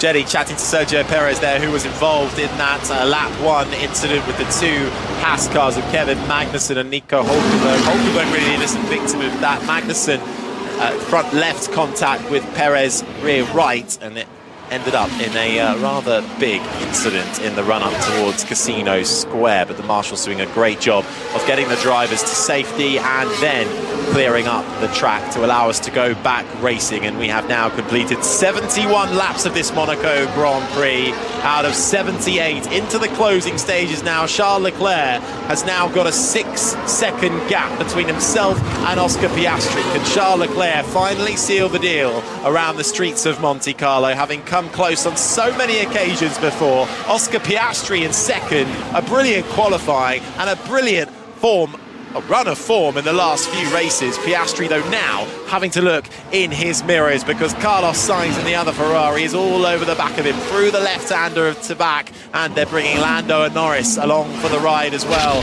Bit further back to tack still, George Russell, who is doing a great job at keeping Max Verstappen behind him. Verstappen on much fresher rubber, but unable to find a way through. Quite unbelievable if you think about what George Russell has managed to do here. He's on the medium compound tyre, which Pirelli said would go 20 to 25 laps before you need to change it. He's done 70 laps on that tyre. I mean, there can't be a huge amount of rubber left on it. Certainly won't be a huge amount of grip, but crucially, there is just enough to keep that car on the circuit, and importantly, in front of Max Verstappen. The last lap around, he was only a couple of tenths slower than Verstappen as well. So Russell is doing a good job of placing that Mercedes in all the right parts of this track, trying to hold on to a top 5 result. He hasn't finished in the top 5 of a Grand Prix since round 1 in Bahrain, which seems like an age ago now, and 10 points in the bag for a 5th place finish would go a long way for George Russell and Mercedes in the position they currently find themselves in, where they have fell off the cliff after so many years of dominating this sport, now trying to find a way back to the front. Lap 72 of 78 here in Monaco. Let's check in with Matt Newson. Rugby League update, Salford-Wigan. Yeah, Salford 6, Wigan 18. Wigan in the Charles Leclerc seat, really. Salford having shaved a little bit off their lead with a try from Ollie Partington against his former club. Very nip and tuck this one. Salford 6, Wigan 18. Thanks, Matt. Yeah, it is sitting pretty right now for Charles Leclerc. 3 times a pole sitter around this track. Never stood on the podium. Could this be the day? He's still got a few more laps to go, though, keeping it neat and tidy. His teammate, Carlos Sainz, has been playing a great team game so far, and now is trying to apply the pressure to the McLaren of Oscar Piastri, but it's just about finding a way through here, which at the moment is proving rather tricky. And in the pit lane and the garages, the team looking concerned, just wanting to get to the end of this race, which is just a few laps away, Jenny. I think Charles Leclerc would have loved for this to play out the way it has if this continues, because what he wanted was a boring race. Not for us, but for himself, just to stay in the lead and not have to worry too much about what's going on behind him. So for him, it seems good, but I was speaking to the engineers yesterday and said, how do you control your nerves? Are you a foot tapper? Are you a nail biter? And the answer came, no, I just feel sick for the entire 78 laps. Think of that. Poor things. A little bit of action happening further back in the pack. Logan Sargent has just managed to benefit a position thanks to Zhou Guan Yu actually trying to get out of the way of some traffic, and then did get out of the way, Zhou Guan Yu, of the McLaren coming into the right-hander of Mirabeau, but then unfortunately he also let through Logan Sargent in the Williams. It's a good opportunistic move actually from Logan Sargent there, taking advantage of that, but Zhou Guan Yu just taking his eye off the ball slightly. Out front though, Charles Leclerc seems very, very comfortable in that we've got, 4 laps left of this Grand Prix. Leclerc now obviously quite happy that he's got enough pace left in those hard tyres. He started to up the pace a little bit and pull away. I'll just bring it home. Thank you. That sounds like a good plan. I suspect his engineers are thinking, just bring it home. But he's now built up a gap of 8.5 seconds out front from Piastri, who's now got Sainz right behind him. And right behind him is the other McLaren of Lando Norris. George Russell still holding up. A really furious and frustrated Max Verstappen, I have no doubt. It's proving very, very difficult for anyone to get by. Threading the needle through the swimming pool section, bouncing over the bumps that take you to the rundown towards the right-hander of Raskas. The bar absolutely full of pundits getting a great A view of this track over the slight crests for the final corner at Anthony Nogues, round the final corner onto the straight for lap 75 of 78. Charles Leclerc now with a 9-second gap, bringing it home. The Monegasque says on the radio. Piastri second, Sainz third, Norris fourth, Russell fifth, still keeping Max Verstappen at bay in sixth ahead of Hamilton. Then it's Yuki Tsunoda, a great drive so far for the Japanese RB driver, so too for the Thai driver of Alex Albon in the Williams, looking to score his first points and Williams' first points of the season with 9. Pierre Gasly looking to take his first points of the season too in 10th for Alpine. Alonso, after a tough qualifying and sacrificing himself for the benefit of his teammate in the early stages of this race, currently finds himself just outside of the top 10 in 11th. Then it's Valtteri Bottas, a crash in FP3, a tough weekend in general for the Sauber drivers. He's 13th in front of Lance Stroll, who was ahead of his teammate Fernando Alonso, but had contact with the wall on the exit of the swimming pool section. That forced him to come to the pits for a change of tyre. He's now down in 14th ahead of Logan Sargent, who just made a lovely did make a lovely opportunistic move on Zhou Guan Yu down the inside of Mirabeau, and it is Zhou, the Chinese driver for Sauber, 16th and last. Out of this race, Esteban Ocon, after contact with his Alpine teammate on lap 1. Nico Hülkenberg and Kevin Magnussen, the 2 Haas drivers, and Sergio Perez in the Red Bull. Those 3 drivers having a big crash in the run-up towards Casino Square on lap 1. All 3 drivers safe, okay, and out of the car, but certainly not happy with how their races panned out.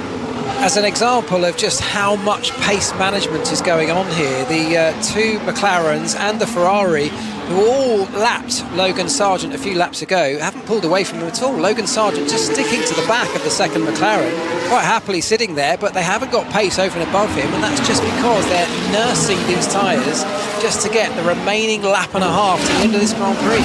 Into the closing stages now of the Monaco Grand Prix. Let's check back in to Wembley. Aaron Paul.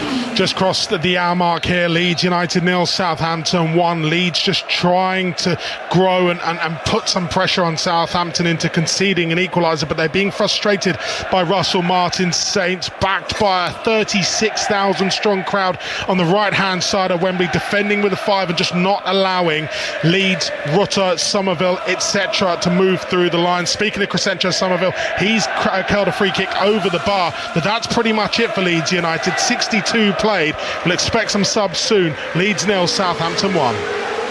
Thanks, Aaron. Sounds like there's a lot of defending going on there, as is in Monaco. Sainz defending from Norris, Russell defending from Verstappen, and Hamilton now, who's within a second of Verstappen. So Hamilton being brought into this fight, but is it too little, too late on the penultimate lap of this Grand Prix? Points awarded down to the top 10 in Formula 1, 25 for the win, currently going the way of Charles Leclerc, all the way down to 1 point going to Pierre Gasly for the time being in his Alpine. As we get into the closing stages, the sun still continues to shine down on the Principality. The blue ocean of the Mediterranean Sea glistening in the sunshine, with a super yacht everywhere you look in the Monaco harbour. The hospitalities are full, so too are the grandstands with fans that want a glimpse of what Formula 1 cars are like around Monte Carlo. Yeah, as we enter the final lap of this 78-lap race, we had a little bit of a false start with a red flag at the end of lap 1. But since then, it's been Charles Leclerc who got away nice and cleanly from the restart and has led every single lap since. No pit stops in this second phase after that restart, having changed tyres during the red flag. And it's Charles Leclerc who now has an 8.5 second lead, leading the field around the final lap for potentially his first home win here on the streets of Monte Carlo. Through the right-hander of Portier into the tunnel, which arcs slightly to the right as he rises up through the gears and then immediately slams onto the brakes downhill into the Nouvelle chicane and approaches the fast left-hander of Tabac. And now through the technical and twisty swimming pool section, Charles Leclerc has been faultless all weekend long on home soil with just a few corners left to go. 5 years ago it was brake failure, 4 years ago it was a Q1 exit, 3 years ago it was a crash in qualifying, 1 year ago it was no race pace, but this year he's been faultless from the beginning of the weekend. And to the line, Charles Leclerc wins the Monaco Grand Prix, the first Monegasque driver to win around the streets of the Principality since Louis Chiron in 1931. And Leclerc finally breaks the ducks, converts pole position to the win here in Monaco. Oscar Piastri for McLaren finishes in second, and Carlos Sainz makes it a 1-3 for Ferrari. He fends off his old teammate and friend Lando Norris for third. Norris will have to settle for just off the podium in fourth. Russell fends off Max Verstappen and holds on to a top 5 finish. Verstappen 6th, Hamilton 7th, Tsunoda bags great points for the RB team down in 8th. Then comes Alex Albon, who gets his first points of the season in 9th, and Pierre Gasly rounding out the point scorers for Alpine in 10th. Yeah, what a great day for Charles Leclerc and for Ferrari. I'm sure he's celebrating in that car. I suspect we're going to hear from him now. We won it! Finally! Yes! Yes! Yes! Yes! Yes! Yes! I think he's happy with that one. At last, Charles Leclerc conquers the streets of Monaco. He only lives a few minutes away, and now he can say he is not only a Formula 1 winner, but a Monaco Grand Prix winner. His first home race victory. That makes it 11 wins around Monaco for Ferrari. And the celebrations will be long into the night for Charles Leclerc. But you know what? As well as having the pace this weekend, which he's had from the start, Leclerc has driven intelligently as well. He hasn't pushed to the limit when he doesn't need to. No, that's right. If this had been a race all about outright pace, I suspect he'd have won it anyway. He had the fastest car. He's been the fastest driver all weekend, really. But actually, it wasn't a race about that, was it? It was a race of strategy. It was a race of tyre management, and all of those things he did impeccably, as you said. And it's resulted in this amazing win, that brilliant celebration from behind the wheel as he rolls back round the final corner and in towards the pit lane. I need to cool down myself as well. Yeah, don't worry. We'll think about that later with some champagne. Tonight is going to be a big night. I think no one's going back home. I didn't understand that. We all stay here. You better stay. I hope Jimmy's is ready. Brian Bozzi, the engineer for Charles Leclerc, that'll be his first win as Charles Leclerc's race engineer as well. So that partnership proving fruitful. But what a win, Jenny, for Charles Leclerc here in Monaco. So emotional, and all of these super yachts just pulled on the horns, and you could hear the horns just blare out around this harbour as Charles Leclerc gets out of his car. That red Ferrari has done him proud, and you can hear the screaming, the applauding. He's finally done it. The screams in the background as he runs and leaps towards his team in the Parc Fermé area in Monaco, pulling up on the start-finish straight. Leclerc in the P1 position, Piastri P2, Sainz P3. The smiles as wide as the eye can see. I just listened to that. What it means for Charles Leclerc. And you know what? This isn't just a Grand Prix win in Monaco.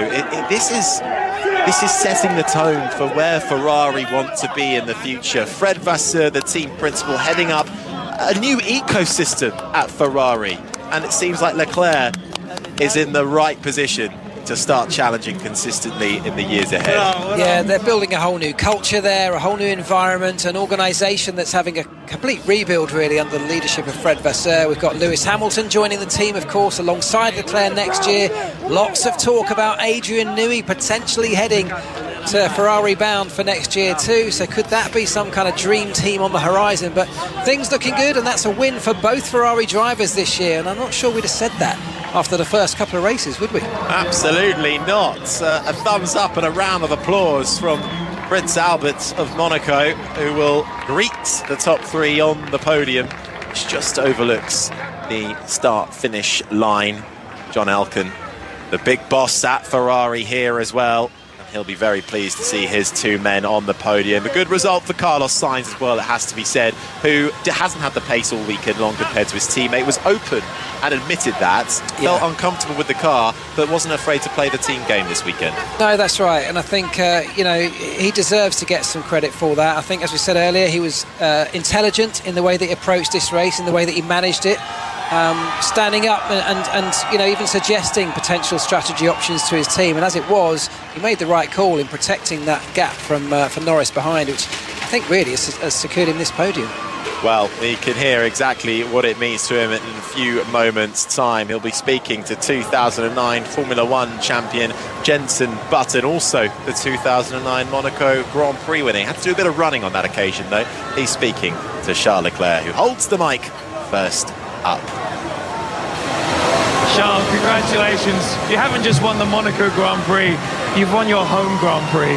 How are you feeling right now? No words can explain that.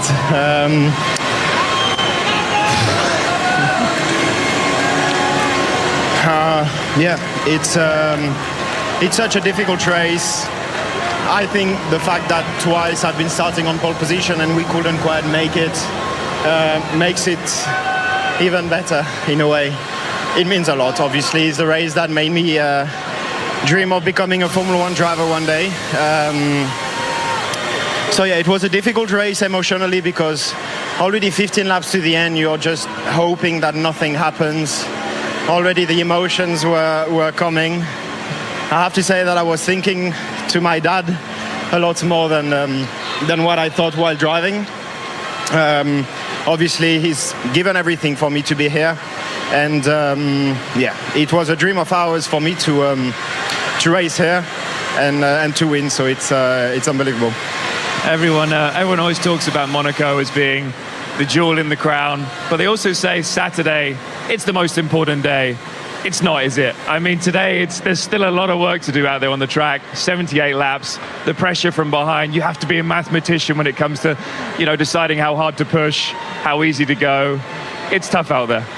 It's really difficult. At first, I thought we had quite a lot of margin, but we knew there was 78 laps to do on the same tires, which was very, very difficult. But we did a great management of the tires. There was a big part of the race where we had to manage the gap with George, and then in the last 10 laps I could push a bit more, and the car felt amazing. So I just want to thank the team for having done such an incredible work over the last few months, and giving me the opportunity to finally win this race is again a very special feeling. Well, when you crossed the finish line, the crowd just erupted, and to see so much support for you here, have you got words for the fans here? Just a huge thank you. The parade laps already were special on the bus, and seeing so many of my friends in the balcony, so many people I know in the balcony, and it was just very, very special. So this one means a lot, and the support that I've had over the weekend means a huge amount. So thank you so much to everybody. Congratulations. Thank you. Oscar, you have to be happy with that. A podium in Monaco. It's the dream race. Obviously, so close to the win. How was it out there for you? Tricky race. The pace at the beginning was incredibly slow, and I had one little half look before the tunnel, but didn't have a small enough car to fit into a gap. So thanks to the whole team. It's been a great weekend all round, and nice to finally put a result on the board. Like we've been very strong for the last few weekends, but didn't really have the results to show for it. So nice to have a podium, and what better place? Yeah, it was really fun watching you at the first start, having a go at a few places around the lap, and your aggression showed there. And we thought you were going to have a good go, but it didn't quite come off. But it's been a great weekend for you, hasn't it? Does it make you think, those little things in qualifying would have made a big difference? It does. But to be honest, Charles has been mega all weekend, and they've been quick from the very first lap, and I think it would have taken something pretty special in quali to outdo him. The opportunity was almost there, but it would have taken probably the best lap of my life. So I'm happy with P2. A good result for the team again, and very, very happy. Congrats. Enjoy the celebrations. Thank you. Cheers. Carlos, that must be mixed emotions. After the first start, it looked like it was game over. You got a little lucky being able to start again, and came away with a podium. It was a tight one, and obviously a very bad feeling there in lap one that very quickly turned into a very good feeling after getting reinstated at P3. From there on, really the race pace was good as we expected. It's just impossible to get past through the streets of Monaco, but I'm extremely happy, to see Charles win his home Grand Prix the way he's been driving all weekend, and managed to share this podium with him in P3. It's a great feeling for the whole team. I think they all deserve it, and it looks like we're getting stronger and stronger every weekend. It looked like towards the end of the race you were getting closer to Oscar. I don't know if his tyres started opening up or struggling with them a bit, but you were giving the pressure there. Yeah, once I was sure that Lando behind didn't have a gap to pit for medium and attack me at the end, I focused on doing some fast laps. I went down to the 114s, which was really quick at the time, and I said, okay, maybe I have a chance at putting a bit of pressure on Oscar, and maybe I can get him to do a mistake, because obviously I knew that passing him was impossible. And we got him under pressure. I saw him lose the rear a couple of times and getting him a bit loose, but it was not enough to pass. Nice work. Thank you. So that is your top three here in Monaco. It was Charles Leclerc, who finally got that long-awaited victory alongside Oscar Piastri and Carlos Sainz. Is this the return of Ferrari? Is this the return of McLaren? Are they both going to bring the challenge to Red Bull? It's game on. It's only round 8 of a 24-round season, so there's plenty of wiggle room for this championship to come alight. My thanks to Harry, to Mark, to the entire team. I can't believe how emotional Charles Leclerc was, but around the streets that he grew up in, he's finally done it. It was third time lucky. And apparently, we're all off to Jimmy's to celebrate. So, Maz, can you pick up where we left off and we'll go and celebrate with him? What a terrible thing that the next few hours might be, having to celebrate with a bit of champagne with Charles Leclerc. Jenny, thank you so much. Jenny Gow, Harry Benjamin, Mark Priestley, our F1 correspondent Andrew Benson as well. Win finally for Charles Leclerc at his home Grand Prix at the Monaco Grand Prix today here on 5 Live Sport. Well, we've been hearing updates from Aaron Paul.